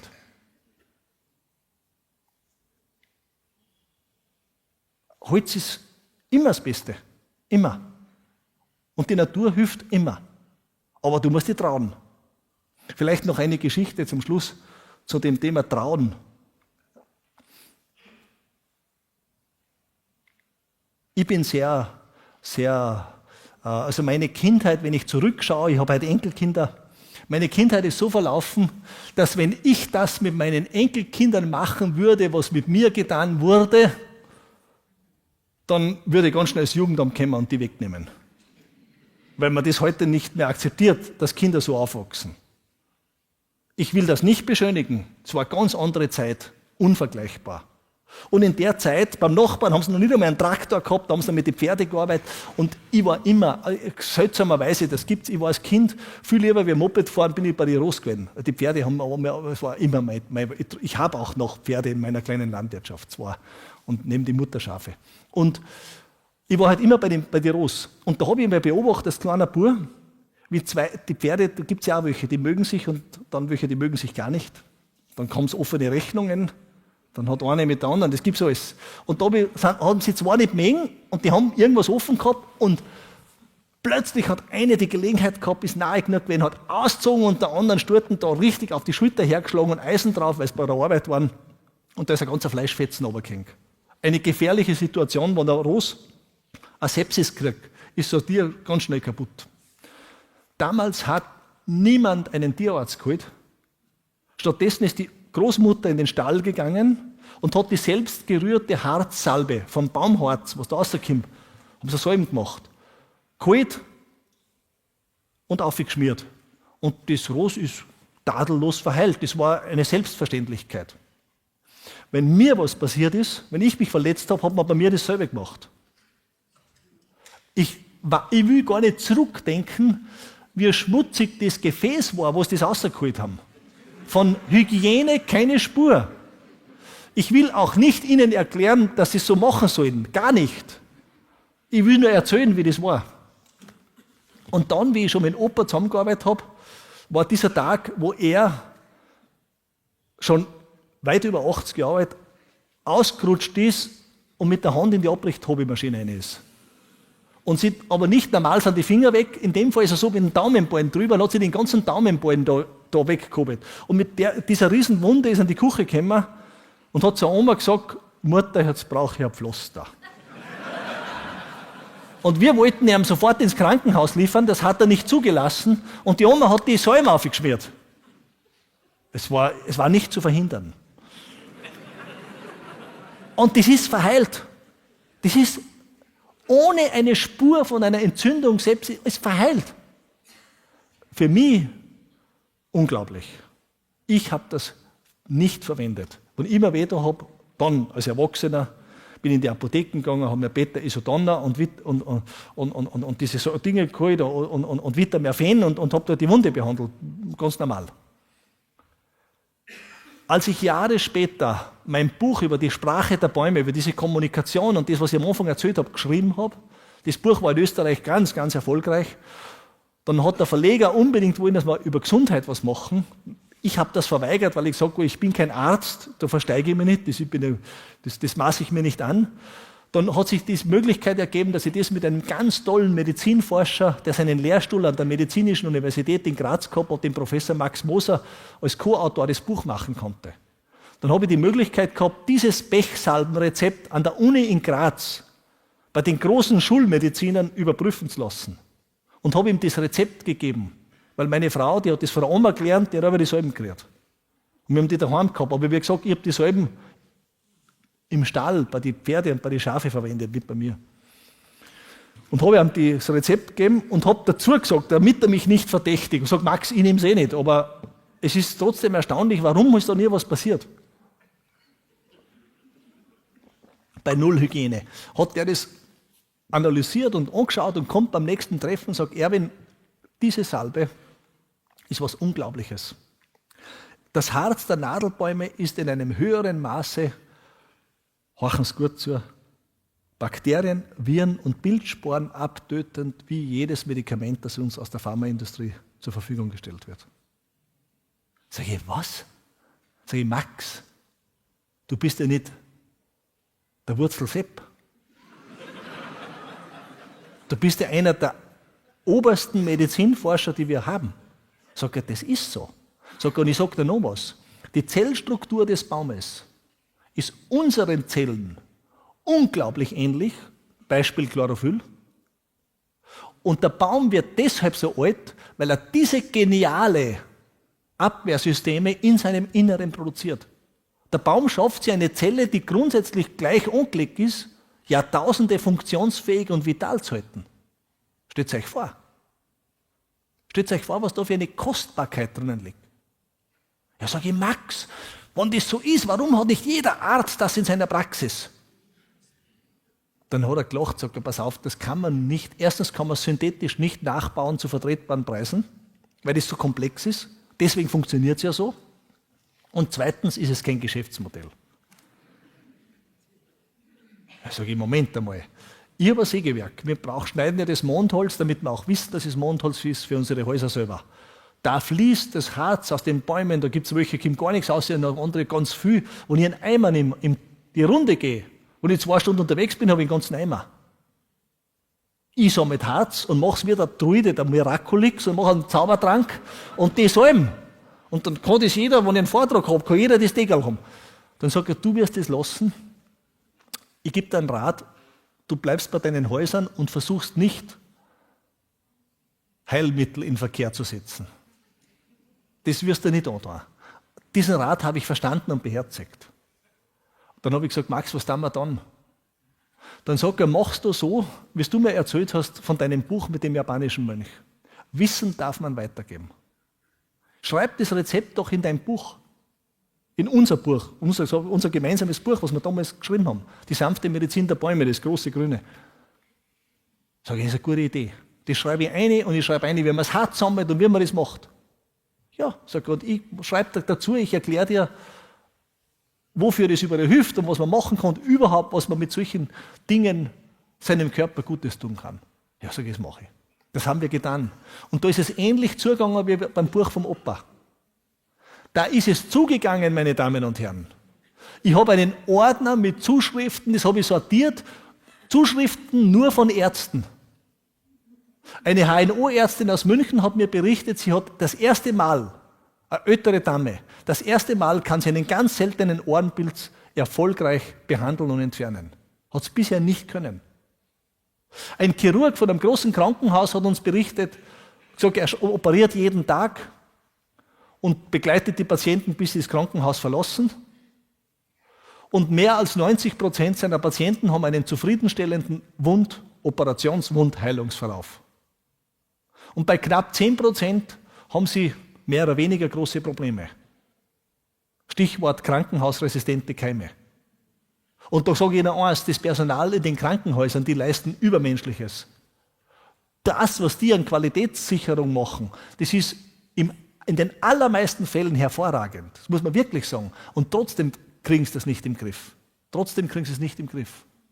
Und dann sagt der Chirurg, seit ich Ihre Salbe, die Sie da veröffentlicht haben, ausprobiere, können wir die fast alle heilen. All die Wunden in der Altenpflege, die so aufgelegen sind, nicht zuheilen, keine Ruhe geben. Unvorstellbar, was Harze da für Wirkung haben. Und es gibt praktisch keine Nebenwirkungen. Ganz, ganz selten gibt es Leute, die auf Harz allergisch reagieren. Die können es nicht nehmen. Aber das ist wirklich ein ganz, ganz kleiner Bruchteil. Jetzt frage ich Sie, warum verwenden wir solche Beispiele? Warum lassen wir das nicht in unser Leben ein? Die Zeit ist zu knapp. Es geht nicht darum, dass wir, so wie wir es gewohnt waren, immer zwei Welten schaffen nach dem Motto teile und herrsche. Es geht nicht, dass wir sagen, da ist die Naturheilkunde, da die Schulmedizin. Es geht nicht, dass wir sagen, da sind die verrückten Biobauern und da ist die konventionelle Landwirtschaft, die leider nicht kann, als wir das ganze Artensterben auslösen. Es geht nicht, dass wir sagen, da gibt es die nachhaltigen Unternehmer, die Braven und da sind die Bösen. Das ist vorbei. Das ist vorbei. Erfolgreich ist der, der so brüderlich agiert, wie es der Wald macht. Das können Sie mir glauben. Sonst niemand.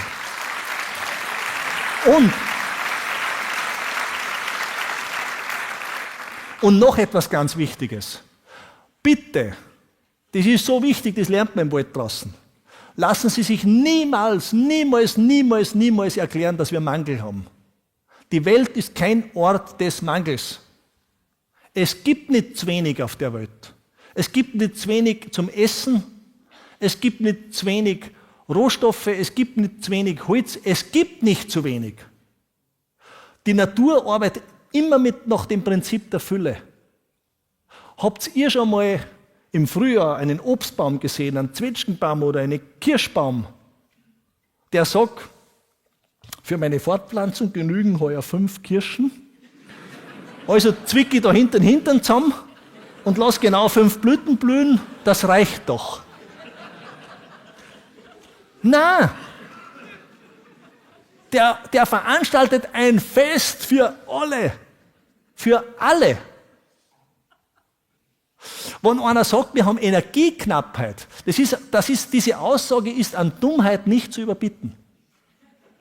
Wir haben ein echtes Problem, mit der Schöpfung umzugehen.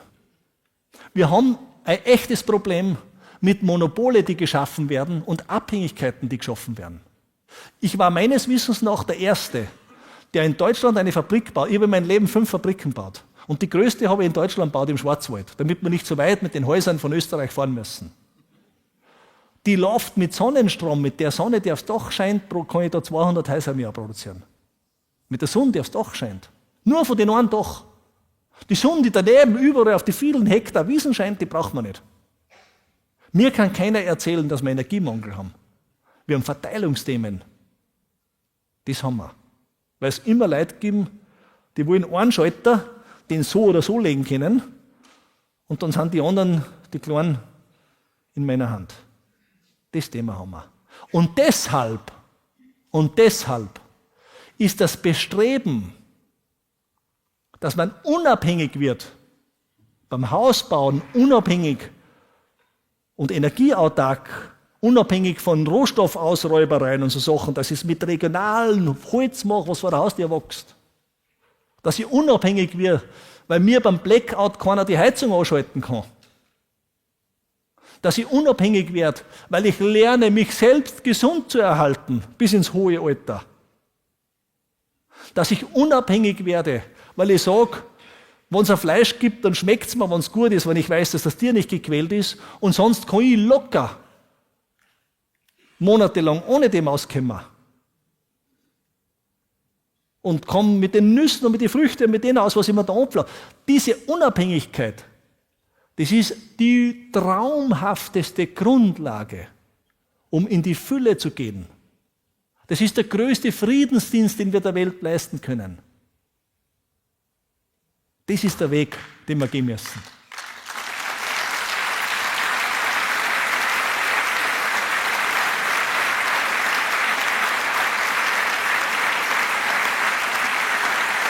Ich kann euch, danke.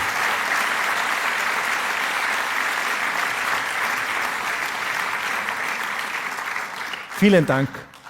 Ich möchte nur ein Beispiel dazu bringen, weil das ist so wichtig. Das ist so wichtig. Das Wichtigste ist, meine Damen und Herren, dass wir die Angst verlieren. Die Angst ist aber so ein Mittel, die alles blockiert. Das ist das Wichtigste, dass man das versteht. Da wird uns tatsächlich erzählt, wir sind zu viele Menschen auf der Welt. Das gibt es Leute, die erzählen das allen Ernstes. Jetzt haben wir schon 8 Milliarden und wenn es so weitergeht, haben wir wirklich nichts mehr zum Beißen und so weiter. Oder sind wir 7 Milliarden? Wenn ich sage, der durchschnittliche Mensch wiegt 70 Kilo, vielleicht bei uns ein bisschen mehr, in Asien ein bisschen weniger, aber sagen wir über die Welt gemessen, der durchschnittliche Mensch wiegt 70 Kilo. Dann gibt es derzeit ungefähr an Lebendgewicht aller Menschen 500 Millionen Tonnen.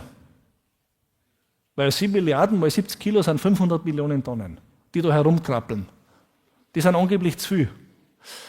Biologen haben ausgerechnet, wie viel die Termiten und Ameisen wiegen, die herumkrabbeln. Das Reich der Insekten, das entzieht sich ja uns, das unterschätzen wir immer. Das sind 6 bis 7 Mal so viel.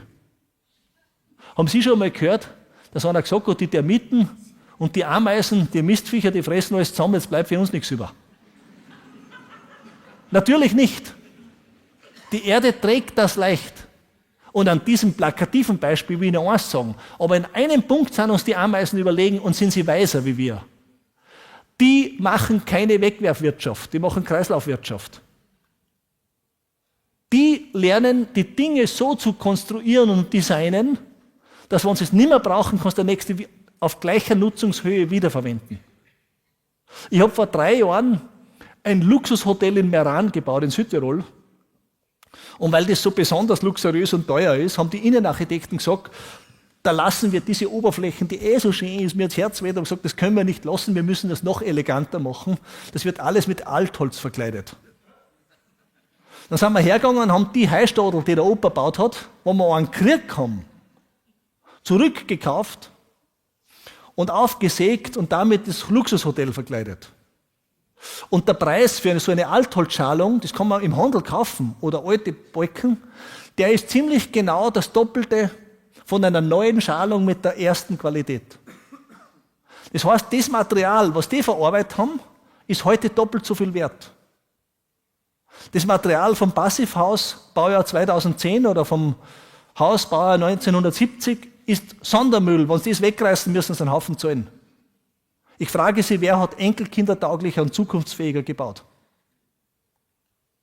Am Montag haben wir so einen Abend gehabt, da in der Eifel. Und nach dem Vortrag ist ein Architekt aufgestanden, hat sich vorgestellt, hat gesagt, er ist Architekt, er ist inzwischen pensioniert und er möchte dazu nur eines sagen. In der Zeit des Jugendstils und in der Zeit bis zum Ersten Weltkrieg hat man ein Haus aus 15 Baustoffen gebaut und heute sind es über 1000. Und aus diesem Grund ist seine Zunft, die der Architekten, gar nicht mehr in der Lage, über Materialität nachzudenken.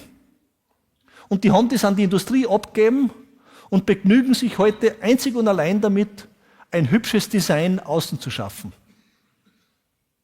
Statt dass sie das als Ganzes betrachten. Und das ist genau das, was ich sage, was ich meine mit Schulterschluss mit der Natur. Wir müssen wieder zum Kern des Lebens.